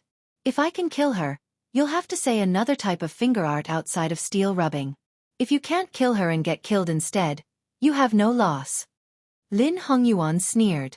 "You don't get up early if there are no benefits. What does it have to do with me whether you kill Xielingzhen or not?" Su Fengnian smiled and looked at Lin Hongyuan. The latter giggled. "If you can kill Xielingzhen, Li Huili, and Li Yibai in succession, I'll bet with you." Su Fengnian clicked his tongue. "You finally learned to be smart. But first, I won't kill Li Yibai. Do you have any enemies? Let's exchange." Lin Hongyuan said without hesitation. "No problem. Let's kill Choduan Mountain's Yushi man. I can give you the mink hat and the courtyard where they live in the Quick Snow Mountain Villa before nightfall. Su Fengnian glanced at Lin Hongyuan, who spoke in a straightforward manner, and clicked his tongue in wonder. You've hidden your strength well. You've been plotting against that Yushi for a long time. This time, not only did you, the young palace master, hide your head and show your tail, but you also brought along Yang Maoyong, who did not hesitate to sneak into the team carrying the palanquin. Just to target Quadan Mountain? If you use me to kill someone, your hands won't be stained with blood. When the time comes, Yuchi Nyochuan will testify for you, and the Dragon Palace will be cleared of any wrongdoing. Lin Hongyuan smiled foolishly and didn't speak. Su Fengnian looked at the mist in the distance of the Spring God Lake. Lin Hongyuan's eyesight was good. He followed the line of sight and didn't see anything. A moment later, a woman's voice was heard. Is the Southern Border Dragon Palace living here? Answer me. If not, I won't go ashore. Lin Hongyuan came near the railing and saw a young woman with a pretty face and a particularly enchanting figure pulling a boat over alone. She was wearing a high-quality fox fur coat, but it was inevitably a little gray and old because of the years. Lin Hongyuan was surprised that such a woman appeared in such a new way. He asked calmly, Are you Yu Quan? The woman nodded. Then you are? Lin Hongyuan sensed that Su Fengnian had long disappeared, so he had a deeper understanding of him. Facing the eldest miss of Quick Snow Manor, Yuchi Nyochuan, he smiled and said, I am Lin Hongyuan of Dragon Palace. Greetings to Sister Yuchi. Yuchi Yu Quan put down her bamboo pole and quickly jumped onto the outer corridor. Are you Fairy Lin, the young palace master? Normally, Lin Hongyuan wouldn't care. But after hearing about the young devil's harsh sarcasm towards the heroines of Jianghu, he felt slightly uncomfortable. Yuchi Yu Quan didn't care about their first meeting. She warmly grabbed Lin Hongyuan's hands and asked with a face full of surprise, Fairy Lin, is your dragon palace really built at the bottom of the sea like the rumors say? Lin Hongyuan thought to himself, being admired by such a silly girl doesn't seem to be something to be proud of. Yuchi Yu Quan's face suddenly turned cold. She said fiercely, What are you hiding for? A big man, come out. Hey, the one in the room, I'm talking about you. You were in the outer corridor just now, but now you're less than 30 feet away from me. Don't think that I don't know where you are just because you're behind a wall. Lin Hongyuan was shocked to the extreme. Could it be that this girl was the same kind of ruthless person as the one surnamed Su, and both liked to play the fool? Inside the room, Su Fengnian was also quite shocked. After hesitating for a moment, he calmly walked out of the room. Lin Hongyuan, who was standing side by side with Yuchi Yu Quan, quietly raised his hand and made a swift and fierce gesture, silently asking Su Fengnian if he should kill this hidden danger. Su Fengnian turned a blind eye to it. He was in the middle of preparing his words, but he didn't expect that the girl would stare at Su Fengnian's white hair. Then, with a jump, she rushed in front of Su Fengnian. Almost nose to nose, she said in a shocking tone, Haha, I knew it was you, Su Fengnian Bailiang. Su Fengnian didn't wait for her to say the words His Royal Highness. He directly knocked out this girl with a karate chop.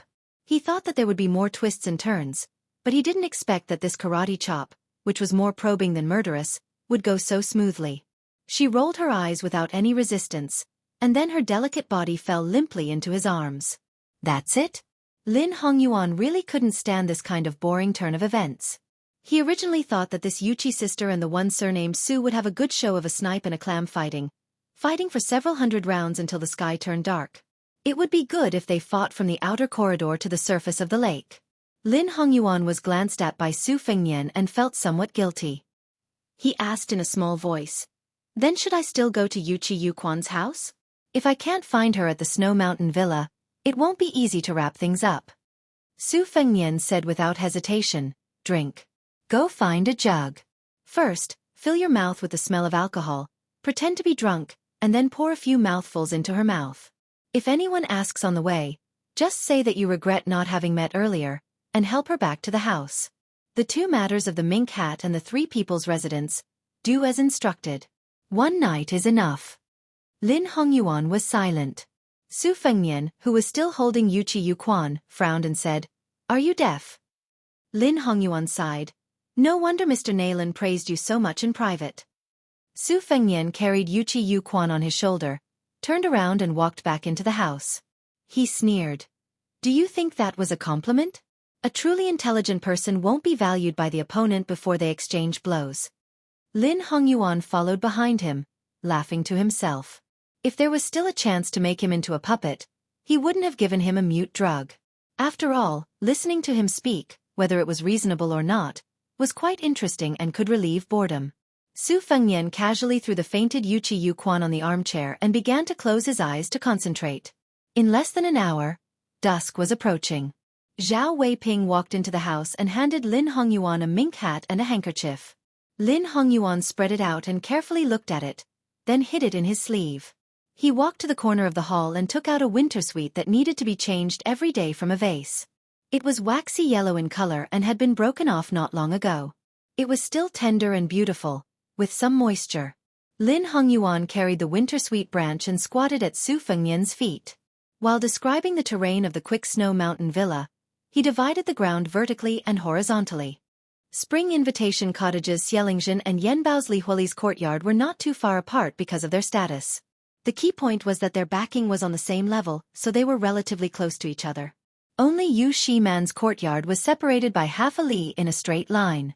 Including the detours, it was estimated to be 1 li. Don't look at the difference of half a li. It might contain huge variables. While pointing the way, Lin Hongyuan did not speak much nonsense. He knew that this demon was not stupid enough to fly over the eaves of the Quick Snow Mountain Villa. Su Fengnian, who was spinning the mink hat with his fingers, closed his eyes and reviewed the plan. After opening his eyes, he nodded and said, "It's done." Lin Hongyuan nervously asked, "Can you tell me the general plan?" Su Fengnian calmly said, "Just do it as simple as you can." Even if he said it, it would be useless. Lin Hongyuan really did not have the courage to get to the bottom of it. Yuchi Nyochuan let out a series of small and broken groans of pain.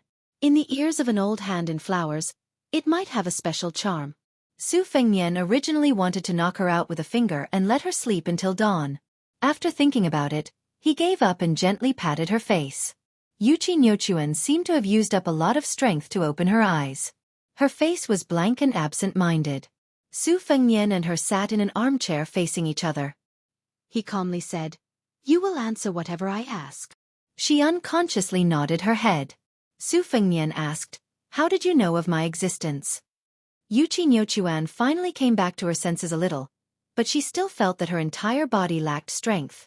She wanted to speak to him a little louder, but she did not have the strength. She wrinkled her nose and said with hidden bitterness in her eyes, "I smelled it.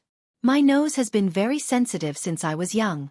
When I was young, my mother often laughed at me for being like a puppy. Why did you hit me the moment you saw me?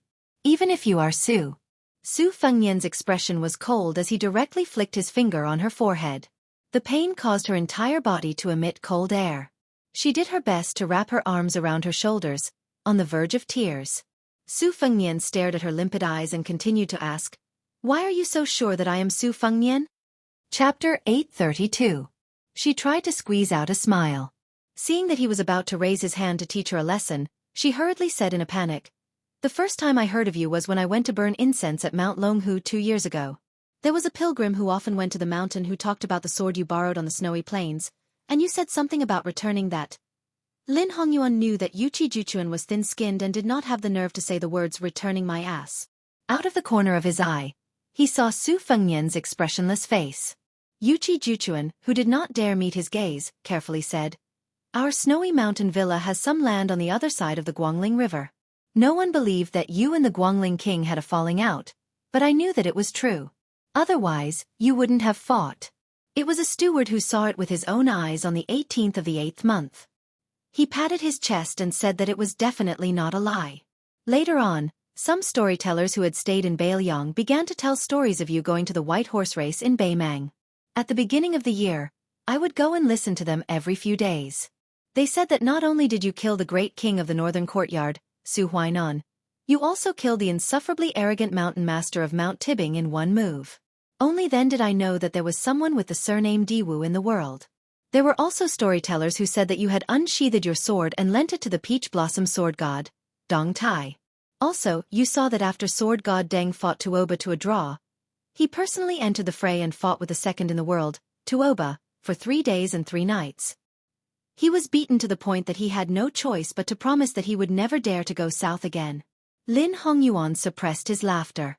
Su Fengnian listened to this extravagant nonsense. His skin was so thick that he did not retort. He only smiled with narrowed eyes and nodded. The more Yuchi Juchuan spoke, the more spirited he became.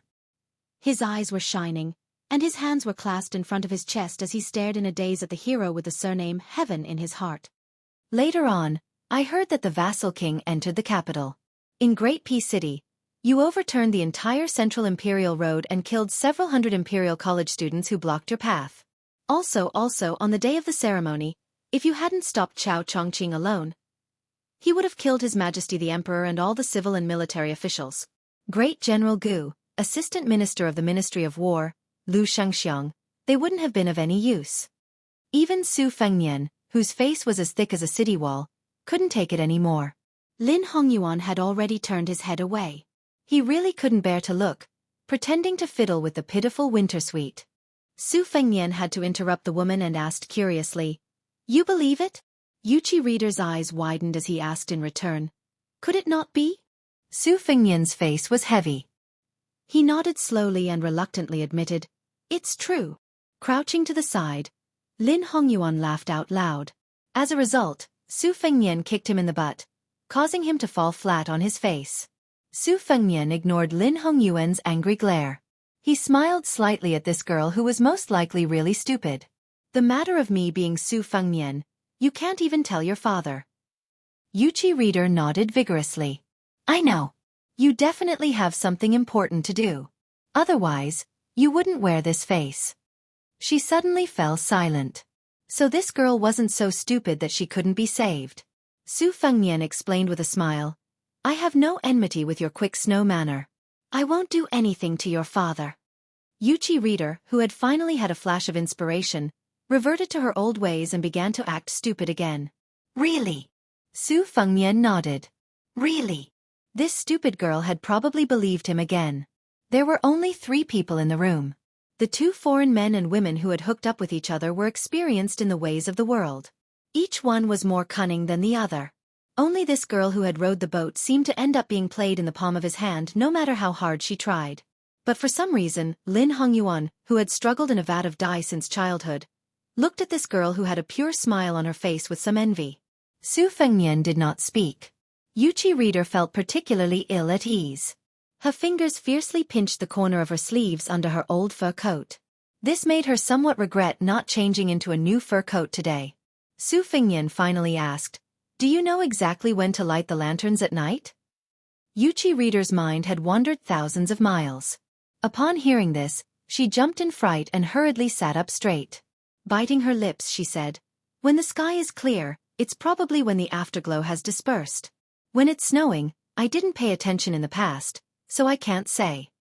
Su Fengnian grunted and said with a smile, "Go to the courtyard and find a jug of wine." Relieved, she went to find the wine.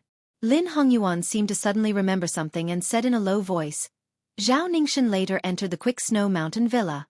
Yuchi Liangfu probably didn't expect that, so the courtyard arranged for her was a little far from Xielingzhen, Li Huili, and the others.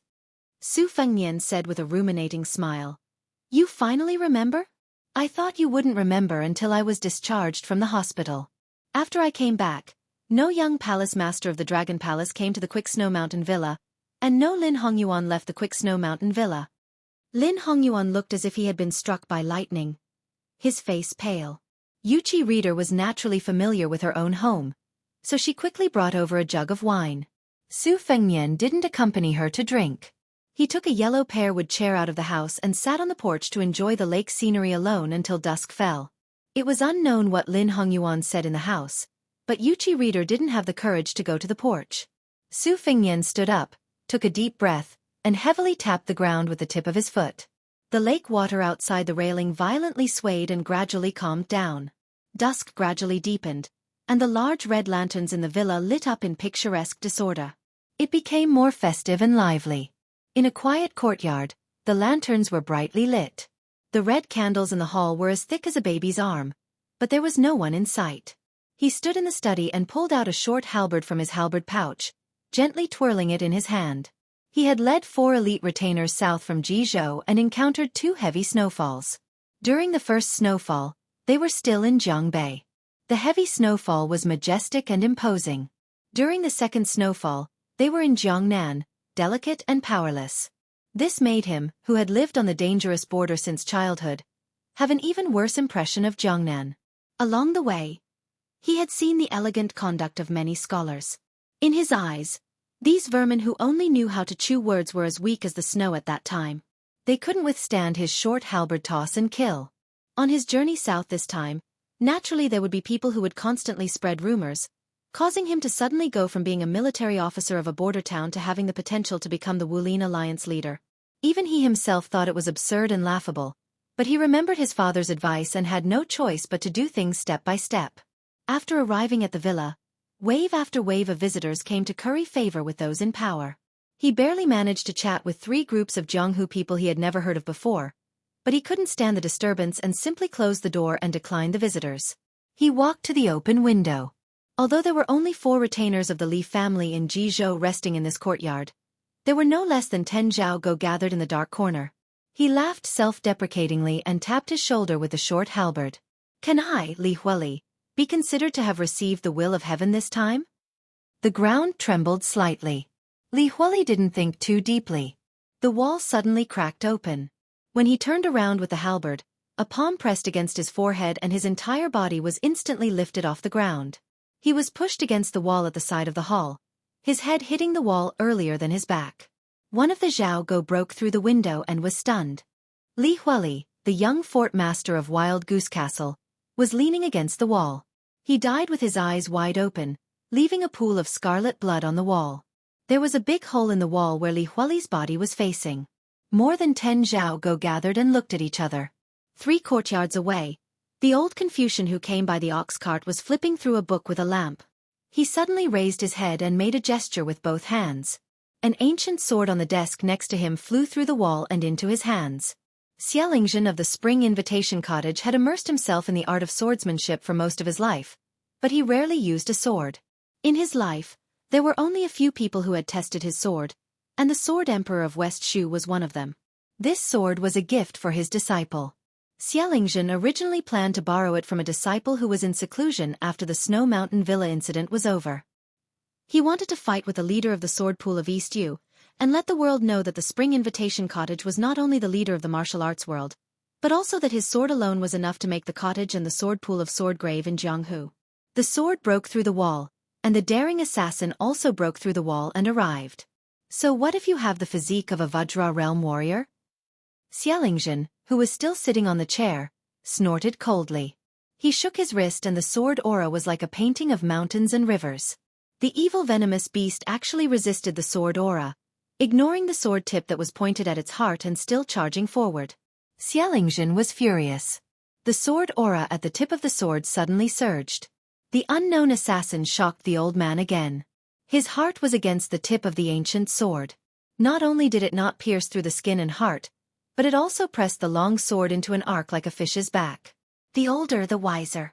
Xiaolingzhen's sword collapsed and withdrew the sword aura. He and the chair slid toward the wall, breaking it into pieces. The old man had one hand on the wall and the other holding the sword. Instead of retreating, he rushed toward the strange young man in the mink hat. The young assassin, who was fighting with his life for some reason, pushed forward.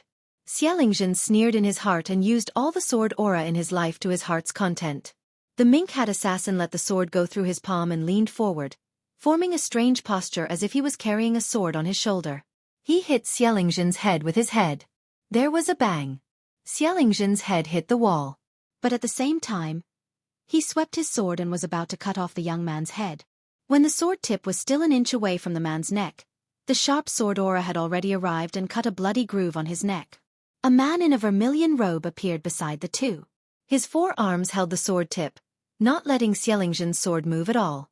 The mink hat assassin cut down diagonally with his palm. He quickly retreated. The sword slipped out of the hand that had a hole in it. The assassin flew out of the big hole in the wall. The cold wind rushed into the room and the lamp on the table flickered. The lamp went out. Only a corpse that had been cut in half was left. Chapter 833. The light in the hall was splendid, illuminating the glazed floor in a dazzling and colorful light. Lin Hongyuan was situated within it, as if it was the pure glazed world recorded in Taoist scriptures. She wondered if she should do the same after returning to the Dragon Palace. Yuchi Nyochuan drank absent-mindedly, the corner of his eyes constantly glancing at the outer corridor. The sky was dusky, and there were no lanterns hanging there. She hesitated whether or not she should find an excuse to see him. When she raised her wine cup, she sniffed it and hurriedly turned to look at the outer corridor, wanting to stand up. Lin Hongyuan gently tugged on Yuchi Nyochuan's sleeve. The latter's face was full of anxiety, saying that he had smelled blood. After hearing this, Lin Hongyuan's thoughts turned rapidly. With that young devil's unfathomable skill and cultivation, even if there were crouching tigers and hidden dragons in Snow Manor, the number of experts that could injure him could be counted on one hand. Xia Lingjun counted as one, and Li Yibai counted as half. However, other than the two tremors in the outer corridor, there was no other movement. Could it be that someone was hiding at the bottom of the lake, treacherously ambushing Su Fengnian, and then retreating after succeeding? Otherwise, it was impossible for that guy to be idle and use his flying sword to kill the fish in the lake, bringing out the smell of blood. Lin Hongyuan's curiosity was also piqued. After hesitating for a moment, she gave Yuchi Nyochuan a look, and they both stood up and walked towards the outer corridor. The night gradually darkened, as if an immortal in the heavens had thrown a black cloth to the earth. Fortunately, the hall and the outer corridor were connected, and the candlelight and glazed light flowed out like fertile water. The scene in the outer corridor swayed with the light of the candlelight blowing over the lake's surface. Su Fengnian could vaguely be seen sitting upright on a chair, gently twisting his wrist. Lin Hongyuan's eyes were sharp, and she saw that there was a piece of cotton cloth tied around his wrist. Yuchi Nyochuan anxiously asked, "How did you get injured?" Su Fengnian played it down. "The ground was slippery, and I accidentally fell." Yuchi Nyochuan cried out in surprise, his face full of guilt. Lin Hongyuan sighed inwardly. If this elder sister was thrown into the Jianghu, she would be eaten by those wolves, tigers, and leopards in human skin. Su Fengnian stood up and said with a smile, "Let me send you off. There are all kinds of people in the manor right now, and I'm worried about the two of you." Fairy Lin had previously told her that the founder of the Dragon Palace said that one may know a person's face but not his heart. Although most of the people who entered the Quickie Snow Mountain Villa were righteous people, they might be hypocrites, not to mention those Jianghu people who were both righteous and evil. "Let's take a stroll around the manor and enjoy the scenery while we're at it." "All right, I need to disguise myself first. Please wait for a moment." Lin Hongyuan sneered in his heart. A hypocrite? Su Fengnian turned around and covered his face with a root-like mask. After turning his head, he had already turned into an elegant scholar. Yuchi Chaochuan's mouth was slightly agape. At this moment, the sound of hurried footsteps could be heard from inside the house. When Manor Lord Yuchi Liangfu saw that his daughter was safe and sound, he was obviously relieved of a heavy burden. However, he still pretended to be indifferent and said with a smile, "If father's guess is correct, they came here by boat?" "Chaoquan, how can you greet a distinguished guest like this? Only young Palace Lord Lin is experienced and knowledgeable and won't lower himself to your level." Yuchi Chaoquan smiled and ran to Yuchi Liangfu's side, affectionately calling him father. Yuchi Liangfu lowered his head and glared at her. Then he quickly raised his eyes and smiled at the young white-haired scholar. Even with a warm smile, the way he looked at his daughter was completely different. Su Fengnian put his hands in his sleeves and bowed respectfully. "The Dragon Palace's Li harvesting official is honored to meet Manor Lord." Lin Hongyuan explained with a smile, "Zhu Jing is Mr. Nalin's favorite student. People outside of the Southern Tang sect may not be familiar with young Master Zhua. When he first entered the Dragon Palace, we intended to let him choose a position. However, young Master Zhua had a strange eye and chose a Li harvesting official who was not as good as the Imperial Censor official. He said that the saying of harvesting pearls was more pleasing to the scholars who aspired to win the Imperial examination.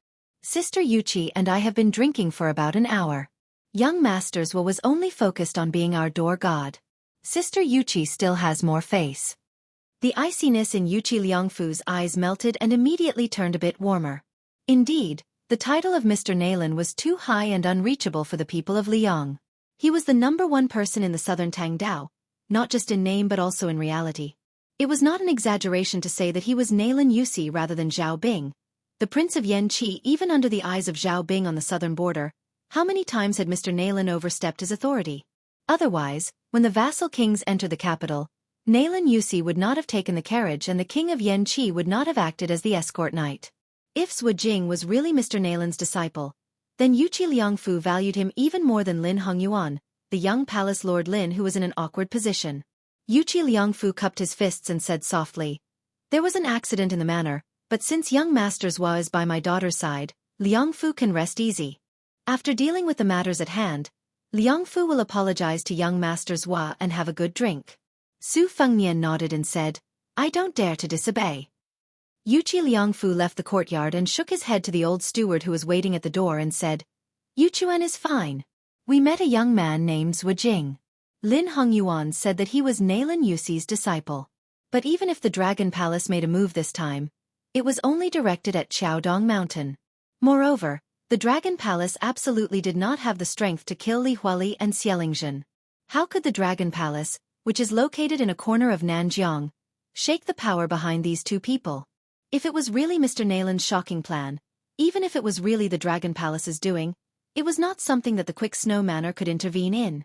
We, the people of Jianghu who have no one to rely on in the imperial court, could easily be destroyed. Chapter 834. The old steward was deeply worried. I really can't think of anyone with such skill and courage.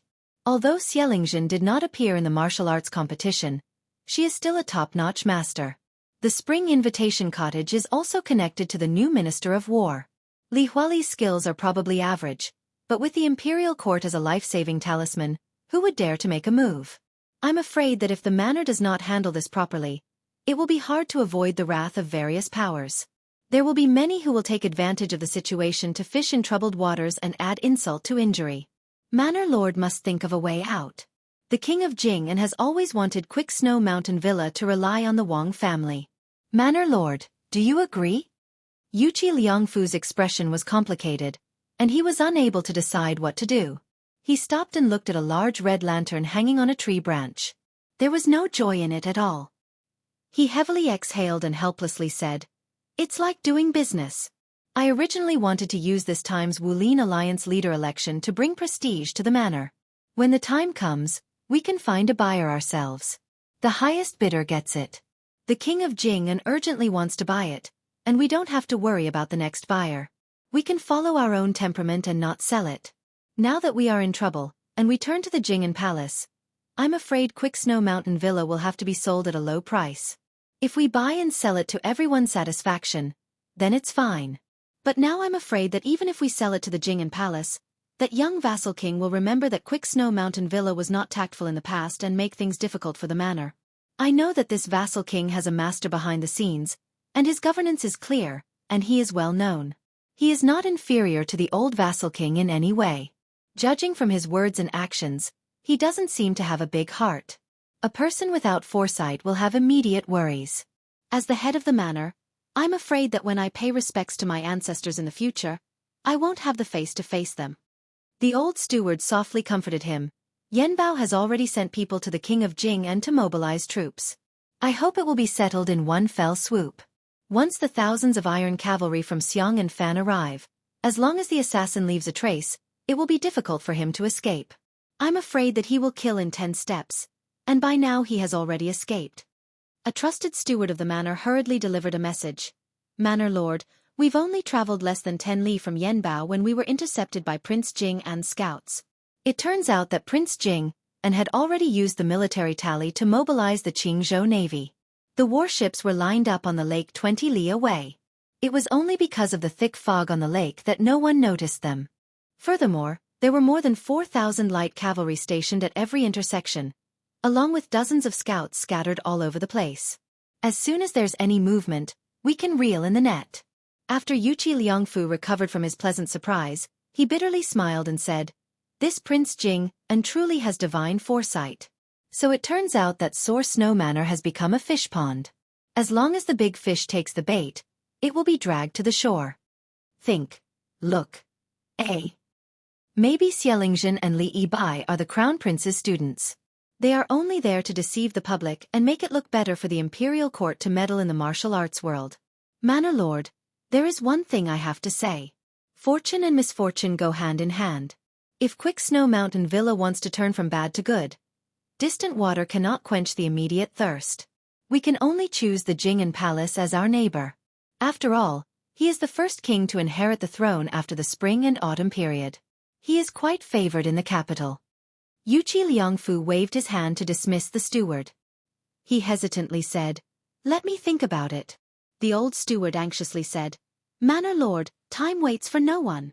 Anger appeared on Yuchi Liangfu's face. He spoke without thinking. "Do you really want Nyochuan to be the concubine of that young king who has always been in love with his mother? Yuchi Liangfu can't sell his daughter for glory and wealth." The old steward kept quiet out of fear. He sighed and said, "It was a bad plan. Although the villa was saved, it was indeed hard on the young miss." Yuchi Liangfu patted the old man's shoulder and said apologetically, "Old Lu, I know you are loyal and devoted to the manor, but I, Nyochuan, only have one daughter. She has the same stubborn temperament as her mother who died young. As her father, I have to make her happy. Marrying a poor boy who truly likes her is better than marrying into a family of generals and ministers where everything is out of her control. How many women can live happily as duckweed?" The old steward nodded. Yuchi Liangfu fiercely rubbed his cheeks and said in a low voice, "Wait a little longer." At the outer corridor, compared to Yuchi Liangfu and the old steward who were stuck in a quagmire, it was much more relaxed on the surface. Yuchi Nyochuan volunteered herself, saying that she could reach her residence by rowing a boat. However, when she approached the railing and knocked, she was immediately dumbfounded. At that time, she was in a hurry to get ashore and forgot to fasten the small boat with a black canopy. Probably because of the lake breeze, there was no trace of the small boat. This made Yuchi Nyochuan's face turn red. She didn't dare to look at Su Fengnian and Lin Hongyuan. At this moment, a black figure slowly passed through the fog and appeared in everyone's field of vision. A young and handsome Taoist stood at the bow of the boat with an exquisite bamboo flute tied to his waist. He had a somewhat ethereal and otherworldly charm. The orthodoxy of the world revered the ancestral court, Mount Longhu. The Taoists of the world naturally regarded the Mount Longhu's heavenly master as the most important. Although the young Taoist in front of them didn't dress like a noble from the heavenly master's residence, his bearing could make people forget him at a glance. Lin Hongyuan slightly narrowed her eyes in order to hide her schadenfreude. The main character had arrived. Moreover, this young Taoist who had a meteoric rise in the imperial court and a great reputation in the Jianghu didn't disappoint Lin Hongyuan. On the contrary, his words broke the heavenly mystery.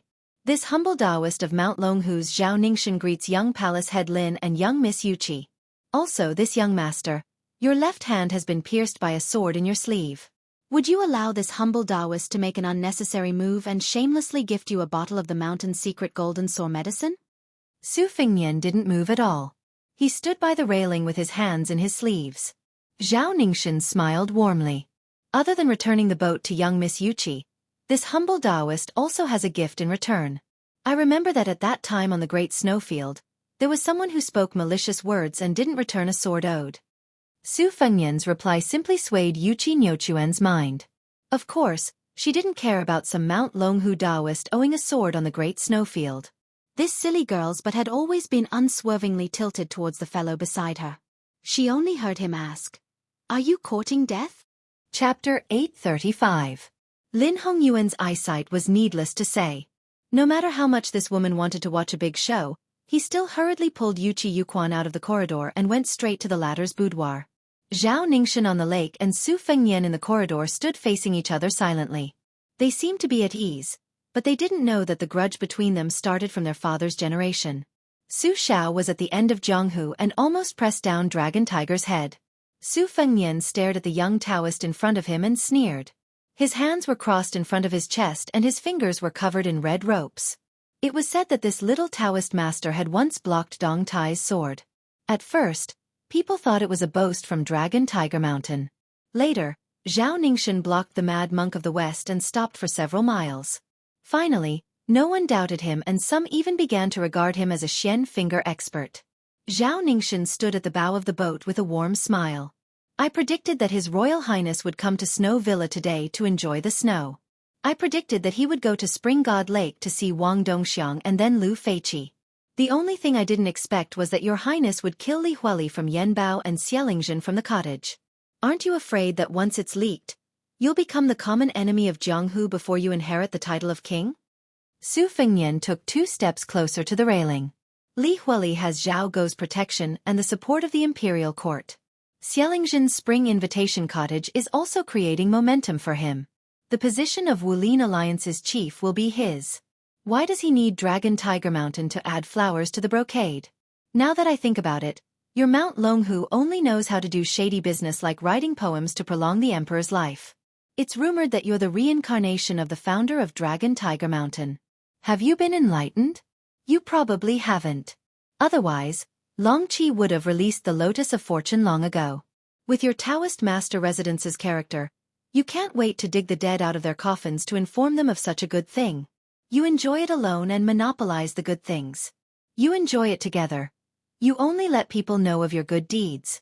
Anyway, you don't interfere with either. Zhao Ningxin shook his head and smiled. His Royal Highness has a deep prejudice against Dragon Tiger Mountain. Those who walk different paths cannot make plans together. Su Fengnian intertwined his 10 fingers only slightly separated by an inch. Zhao Ningxin said, "Wait a minute." Zhao Ningxin smiled and said, "This time I came to visit the Snow Mountain Villa, I didn't want to get involved in the matter of the Wulin Alliance leader. The turmoil of the Spring Invitation Cottage and Wild Goose Castle is not in my eyes, and I don't care." This time, he only wanted to see his Royal Highness. Since he had already seen him, he came in high spirits and returned in high spirits. The Great Snow Plateau owed a sword, but Longhu Mountain's return gift meant that Bailiang didn't have to pay it back. I only hope that Bailiang won't make things difficult for Longhu Mountain and will mind their own business. Su Fengnian laughed and said, "What? You actually predicted that before I return to Bailiang, I'll kill every Taoist who dares to take a single step out of Mount Longhu? You predicted that I'll offer a reward of 100 taels of gold for each Taoist master mansion person in Jianghu, and Bailiang will promise to shelter him from the wind and rain, so that your Taoist masters of Mount Longhu will be in danger? So you used the bloody case of Snow Mountain Villa to threaten everyone to take a step back and celebrate the new year peacefully?" Zhao Ningxin's eyes were clear and calm. He said, "Your Highness is willing to guard the Northwest for the people of the Central Plains. I also sincerely admire you. If I was a free cloud and a wild crane, I would definitely raise a big white bow. Unfortunately, I have to do things in my position. Since I was born with the surname Zhao, I have to do things that go against my pure heart. I hope your Highness can understand. To kill 1,000 of the enemy but to lose 800 of your own men, it won't benefit Mount Longhu or Bailiang. Back then, Mount Longhu didn't allow the first commandery princess to climb the mountain to burn incense. It was the Taoist Master Mansion's fault. That's why when sect leader Hong destroyed a total of 9 Lotus of Fate, the Taoist Master Mansion didn't say anything. Ancestor Zhao Xuansu came out of seclusion and went down the mountain. He intentionally made things difficult for your Highness outside the martial emperor city of the Eastern Sea. In the end, it was the cycle of karma and his body died. He painstakingly cultivated for a total of 140 years, but in the end, he still couldn't achieve immortality. An eye for an eye. Mount Longhu has nothing to say. Su Fengnian pointed his chin at the red snake with 10 fingers on his hands. With your knowledge, you must have seen through the trick. It's a living tool left by the Catman Han Diaosi outside the Shenwu city. Originally, after the Catman died, it would quickly wither away. But Han Shengxian forgot about the abilities of my otherworldly item. His head is a rare treasure in the world, and it taught me a lot of tricks. Han Shengxian had a very interesting saying, "If you respect me, I will respect you tenfold. If you bully me once, I can't wait to bully you forever." The grudge between Bailiang and Mount Longhu should be blamed on Su Shao or the old emperor. You and I both know very well. How did Prime Minister Yui and Prime Minister Qingzi come about? Wasn't it because the old bastard Zhao Huangchao accidentally raised an evil dragon that brought disaster to Earthlung Mountain? Wasn't it because he couldn't suppress it, so he changed his mind at the last minute and changed his mind to appease Mount Longhu, which still had some use for you? Zhao Huangchao went to the capital and asked the old emperor, who should call him third grandpa, for a decree. In the end, he rushed 800 miles and handed it to him. That's how the legend of an immortal entering Mount Longhu with an imperial decree came about. I borrowed a sword from the snowy plains and used a flying sword to suppress Mount Longhu. Do you dare to fart? What, when it comes to me, do you think that just because I'm the son of a vassal king who's fishing for fame, you can show the demeanor of an expert and discuss the Tao with me? Chapter 836. Zhao Ningxin smiled. I've heard Mr. White Lotus say that His Royal Highness is good at doing business. Now that I've seen it, I know it's true. Let me ask His Royal Highness, has the otherworldly item that's been floating at the bottom of the lake been properly prepared? Do we really have to fight to the death? His Royal Highness' life seems to be much more valuable than mine. What if, and I'm saying what if, both jade and stone are destroyed? Would Your Highness, who's good at scheming, lose the jade or the stone in this business deal? Su Fengnian's expression was calm as he replied, we don't have to fight to the death. Even if we really wanted to kill you, we might not be able to. After all, Xiaolingzhen's realm was like a pavilion in the sky. A Confucian scholar can only talk on paper and learn from each other. In the end, he's too weak compared to a martial artist who stood up from a pile of corpses. His realm is empty, but once he fights, he'll be exposed. Moreover, Xiaolingzhen mistakenly thought that I was only relying on my Vajra physique to pester him endlessly. He died a wrong death. Longhu Mountain has been on guard against me for a long time. I reckon we'll have to meet force with force and experience the Taoist's one step into the mysterious finger. In the end, we'll beat you until you can't laugh. No matter what, we'll have to make you half dead. Zhao Ningxin smiled and asked, His Royal Highness is determined to make things difficult for me? Su Fengnian exposed him and sneered. Are you going to wait until Longhu Mountain finishes everything in one fell swoop to enlighten you? Zhao Ningxin closed his eyes and held his breath, trying to hide the faint trace of anger in his eyes. Su Fengnian mocked, even a clay statue is angry? Zhao Ningxin opened his eyes and didn't say anything. He just spread out his hand. Since you say I'm courting death, then come and kill me. This confidence did not come from the reincarnation of the ancestor of the Zhao family, but from the fact that this young Taoist who often got lost in his thoughts had actually blocked Deng Tea's sword when he was still inexperienced. Not long ago, he had even blocked Lu Songtao, who was both a Buddha and a demon. Su Fengnian supported himself with one hand on the railing and jumped up, looking like he was going to kill the flute-playing Taoist who bore Longhu Mountain's great expectations. However, with Su Fengnian's realm of otherworldly item cultivation, he should have smoothly rushed to Zhao Ningxin. But the latter clearly felt that when Su Fengnian supported himself with the railing, his body stagnated for a moment. This made Zhao Ningxin, who didn't have the ability to predict the future, also stagnated. The boat originally needed to slide back one zhang to have the confidence to block Su Fengnian's attack. But now, the boat was cut in half and stopped half a zhang away. Su Fengnian suddenly moved without any warning. He rushed forward and let go of the railing. The railing behind him shattered into pieces. Zhao Ningxin frowned and didn't move. The boat slid back 1.5 zhang without any wind. When Su Fengnian stretched out his arm to push, Zhao Ningxin put one hand behind his back and the other in front of his chest. The bell didn't make a sound and only struck thunder when it rang. It seemed like a gentle stroke, but it actually created clouds and thunder around his knees. Purple qi lingered around his knees, making Zhao Ningxin look more like an immortal. Su Fengnian didn't rely on his Vajra body like he did when he killed Li Huili and Xiaolingzhen. He rushed forward recklessly, his hands dazzlingly tearing apart Zhao Ningxin's purple clouds and thunder. Zhao Ningxin gently lifted his foot and kicked Su Fengnian's abdomen. Su Fengnian also pressed his palm on Zhao Ningxin's forehead. Almost at the same time, he suddenly exerted force. The boat retreated into the fog like an arrow. Su Fengnian quickly floated back to the outer corridor, bent his knees and stepped on the outer wall. He rushed forward like thunder again and the wall collapsed. Zhao Ningxin, who was in the fog, picked up the dark green bamboo flute and twirled his 2 fingers. The bamboo flute was like a bamboo dragonfly stirring up the fog on the lake. It was like splashing water at Su Fengnian. Su Fengnian's 5 fingers formed a hook and tried to crush the dark green bamboo flute. He still underestimated the flute's majestic qi. He let go as soon as he touched it. His body was bounced to the side of the lake. His feet splashed a lot of water before he could land on the lake.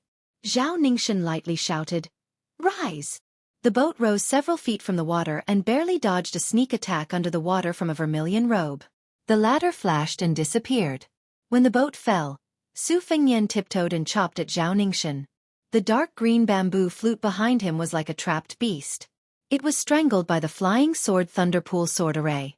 Zhao Ningxin, who also fought barehanded, stepped on the bow of the boat and fell into the lake.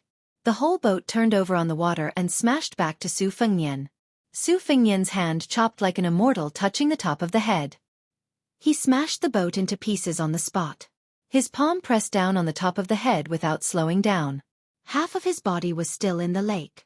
Zhao Ningxin didn't dodge and let Su Fengnian's palm hit on the top of his head. The lake water shook violently, setting off huge waves and hitting the corridor. Thousands of pounds of lake water poured into the courtyard behind the two people.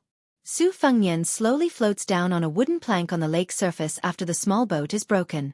That palm actually doesn't touch Zhao Ningxin's head at all. This young Taoist's qi is at its peak, which is unexpected. Zhao Ningxin floated to the surface and finally saw the real face of the otherworldly item behind Su Fengnian. It was in a red robe with 5 arms and a sad face. Zhao Ningxin said in a deep voice, "Since ancient times, evil things have been chaotic. I can tolerate your domineering highness, but I can't tolerate the otherworldly item. Today, even if I have to sacrifice my cultivation, I will enforce justice for heaven." This time, it was Su Fengnian's turn to stretch out a palm with a gloomy face. His eyes were full of hatred, indicating Zhao Ningxin to enforce justice for heaven. What a good enforce justice for heaven. On the top of Kuanglu Mountain, there were celestial beings who went out of body. There were celestial beings who were angry and spitting out purple gas. They said that they would enforce justice for heaven. Zhao Ningxin didn't dare to be distracted. He breathed heavily with his palm on the back of his left hand, facing the East Taoist Ancestral Court Longhu Mountain. "Please." 3 words in 1 word. "Please allow Longhu Mountain. Please celestial beings come down to heaven. Please come down to earth." A portrait of the first ancestor fell to the ground in the mansion of celestial masters. A purple thunder as thick as a pillar blasted down from the sky. After a blink of an eye, Zhao Ningxin's face was blurred and his whole body was purple gold. Chapter 837. There were portraits of the ancestors hanging on the wall of the Temple of Dragon Tiger Mountain. The portrait of the first ancestor fell without any wind. A dozing Taoist boy guarding the hall was so scared that he did not dare to pick up the scroll. He hurriedly reported the situation to the residence of the Taoist master. Zhao Donxia, who was in charge of all Taoist affairs, quickly walked into the Temple of Dragon Tiger Mountain. She was pleasantly surprised, but there was still a trace of worry in her heart. She knelt down in front of the Temple of Dragon Tiger Mountain and carefully picked up the scroll. Bai Yu, an outsider of the residence of the Taoist master, slowly stepped over the threshold.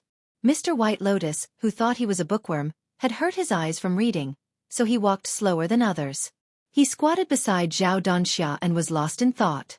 Zhao Donxia, the head of the Liang Taoist, asked softly, "It's inevitable that fortune and misfortune depend on each other. But in Mr. White Lotus's opinion, how much fortune and misfortune are there?" Bai Yu shook his head and said, "The divinations are a mess."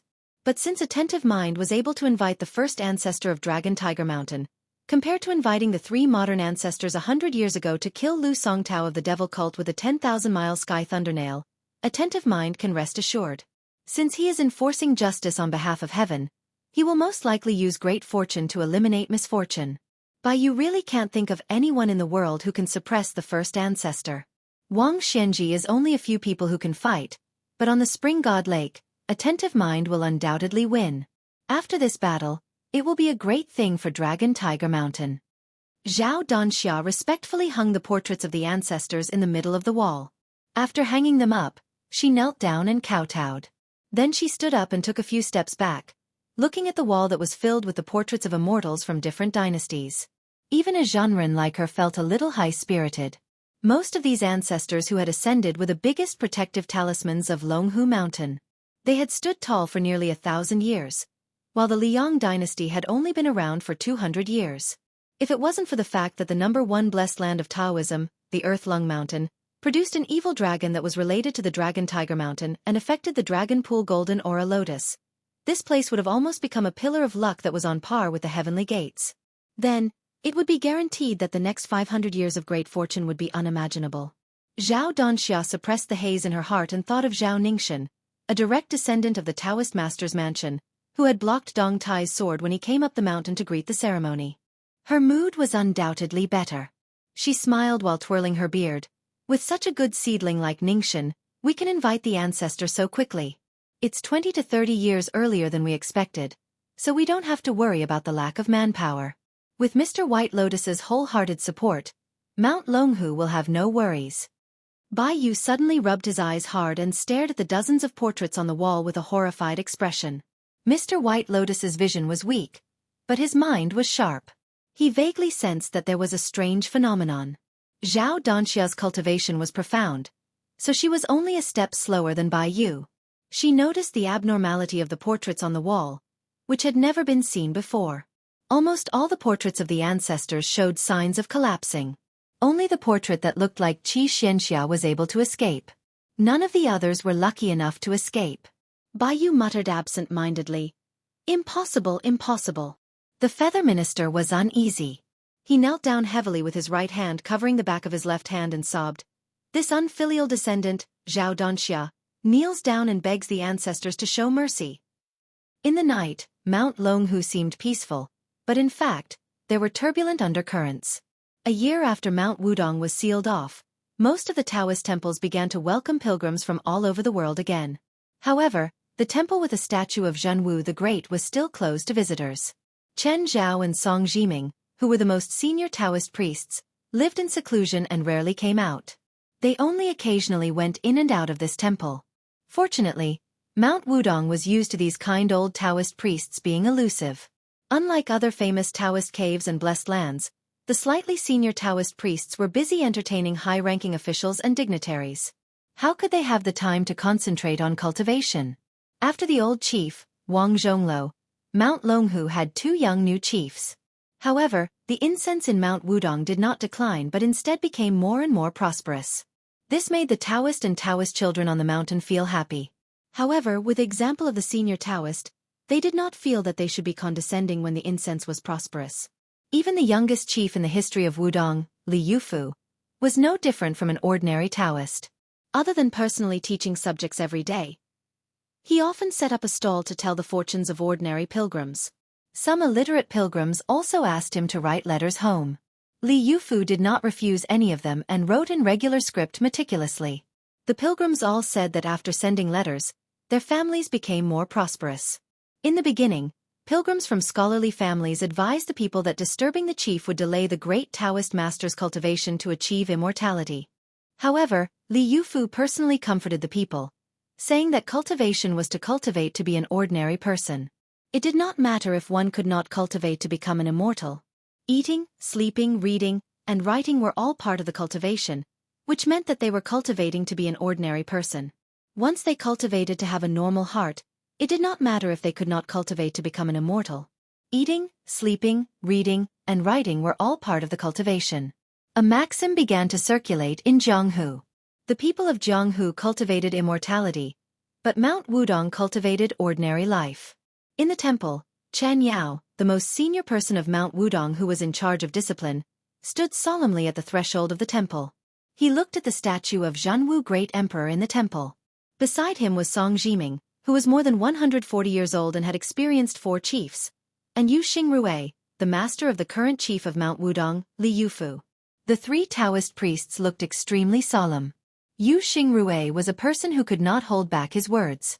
He whispered to his 2 senior brothers, when His Royal Highness returned to Bailiang after traveling Jianghu for the second time, he kept asking us about the difference between Mount Longhu and Mount Wudong's methods of inviting deities.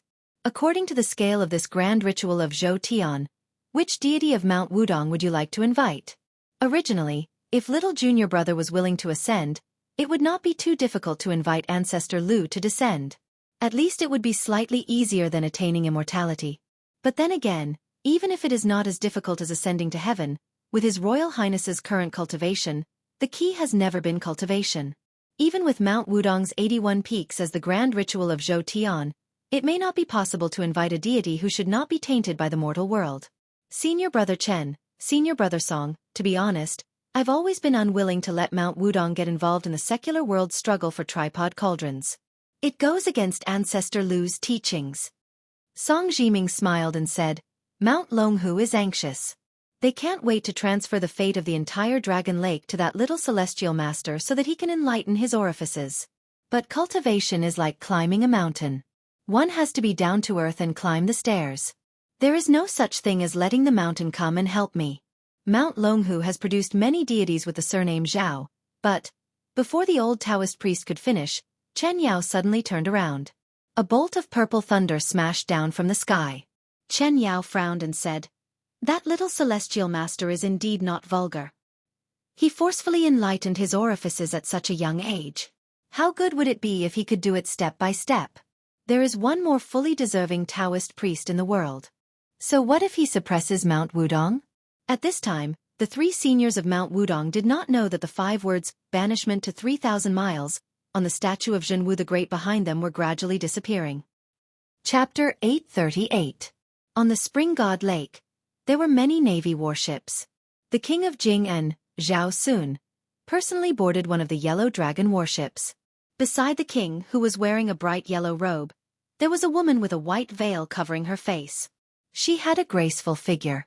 The strategist behind the scenes, who had been following him like a shadow, did not follow him today. The reason was that Zhao Sun was selfish. After the sudden death of the old king of Jing and Zhao Heng, the number of trusted aides of the young king could be counted with one hand.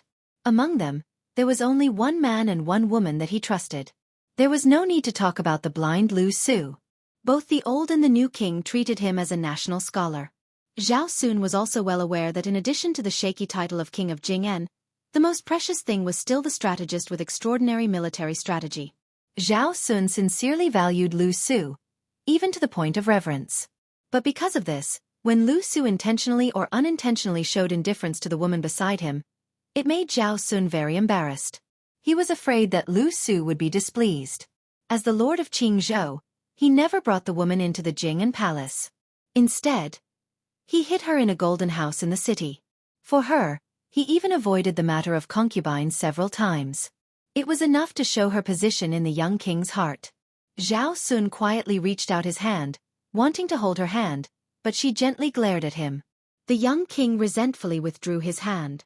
Not only was he not annoyed by her insensitivity, he was instead full of joy. This kind of woman was the most similar to the woman who was destined to be unattainable in this life. Nominally, the previous Princess Jing'an, Pei Nanwei, had already died for love.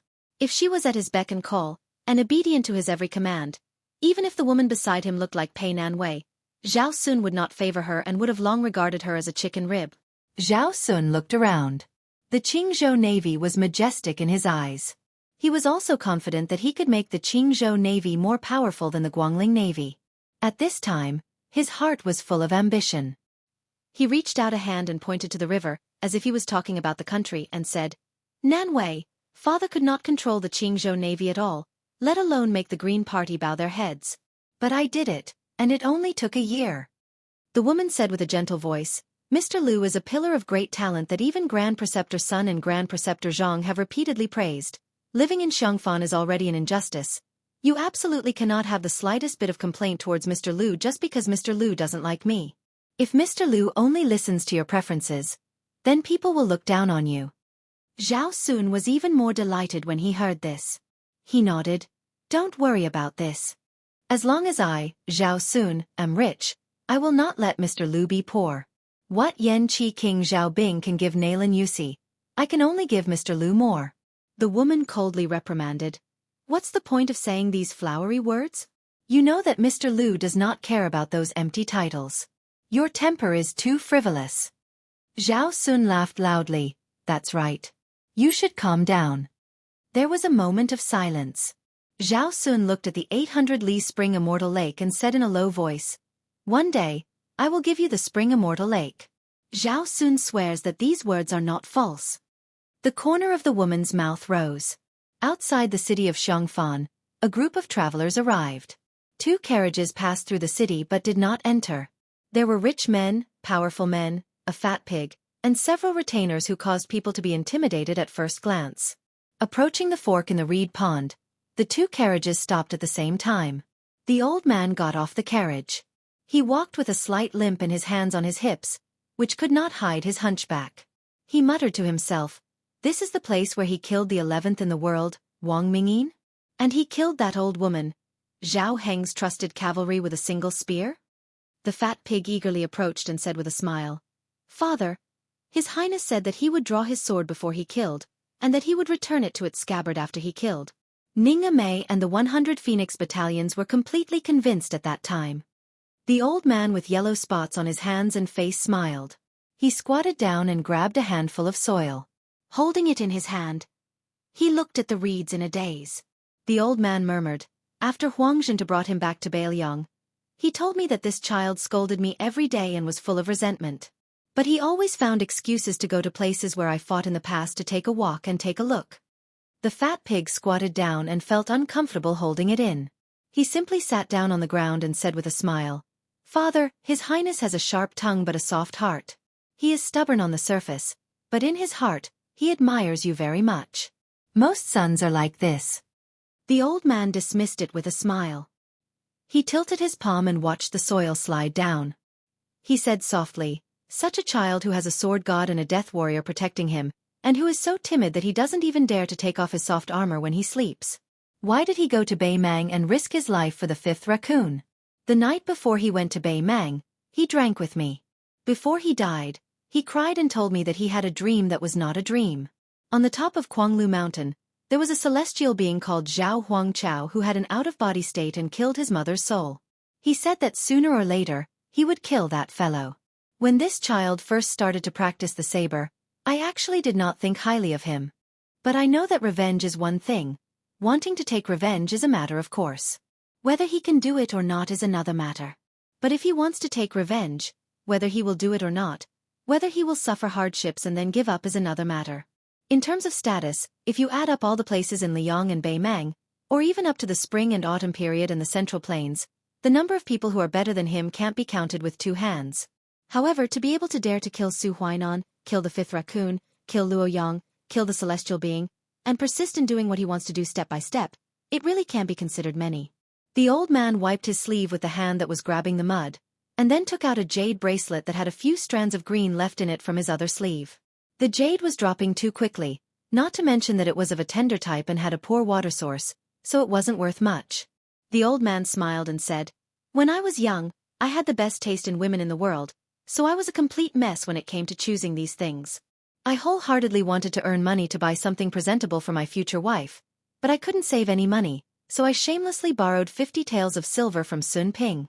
In the end, I bought this damn bracelet, but it began to drop a few days after I gave it to her. Only then did I know that I had been cheated badly. However, the child's mother didn't mind and kept wearing it." The old man placed the bracelet on his skinny cheeks. "It was cool," he said softly. "That night, bald Donkey Yang asked me to drink. She said she was going out to buy more wine. She took off the bracelet and put it in her room. At that time, I didn't think much of it." The old man continued speaking. He put the bracelet back and slowly stood up. He calmly said, "Whoever dares to obstruct the scholars from moving north into Bailiang, kill them." Bailiang's tiger paw attack was unknown. At the lakeside of the Spring God Lake in the Quick Snow Mountain Villa, it was unknown whether it was Zhao Ningxin from the Celestial Master Mansion or the first Grandmaster of the Dragon Tiger Mountain. The Taoist priest was covered in purple gold. His face was blurry, but he had a majestic celestial aura. When an ordinary man was angry, blood would splatter 3 feet. When the emperor was angry, millions of corpses would fall. So what if the celestial was angry? The Taoist priest, whose aura was even more imposing than Kuanglu Mountain's Chenglong Zhao Huangchao, shouted, "How dare you, Su Fengnian, use the Yin object to bring chaos to the human world? You don't know that the net of heaven has a long arm. Under the majestic heaven's way, why don't you surrender?" The Spring God Lake was turbulent. The lake's waves rose more than 10 feet high. They were almost as high as the mountain villa's eaves. The Taoist priest floated. Not a single drop of the lake water flowed into the Quick Snow Mountain Villa. Su Fengnian laughed savagely. His laughter spread throughout the mountain villa. The celestial was furious. This evil ant in front of him dared to be so impudent. Su Fengnian restrained his laughter. His expression was solemn. "You and that Zhao Huangchao, open your dog eyes and see who is the real mortal." Above the Spring God Lake, the world suddenly lit up. It was as bright as day. Su Fengnian closed his eyes. His hands were placed in front of his abdomen, as if he was leaning on a sword. There was a turtle in the spring god lake. There was a wordless heavenly steel on the turtle's back. The turtle's back, which was as big as a hill, slowly appeared. Su Fengnian stood alone. Behind him, a celestial's golden foot suddenly stepped on the turtle's back. A giant python rolled out of the lake and coiled around the turtle. After the golden foot, a glorious golden body appeared in the world. It was 100 feet tall and looked down on the world. The Zhenwu Great Emperor guarded the north and ruled the Black Tortoise. The sound of Sanskrit and heavenly music was endless. A celestial maiden scattered flowers in the sky. They appeared in a flash and then disappeared in a flash. Su Fengnian said slowly with an expressionless face. His voice was as loud as a bell. How can a celestial be in front of Zhenwu? The face of Zhao Ningxian, who was more majestic than the emperor of the mortal world, suddenly blurred and became clear. The purple and gold aura around his body could not be maintained. With a slight hesitation, Zhenwu Great Emperor, who was hundreds of feet tall, raised his hand and chopped down with a huge sword that did not have a solid shape. It directly shattered the so-called celestial body of the first dragon tiger sex ancestral master. 1,000 miles away, the dragon lake in the heavenly master mansion was boiling. None of the lotus of providence was left. They all withered and withered, leaving only a small bud floating helplessly.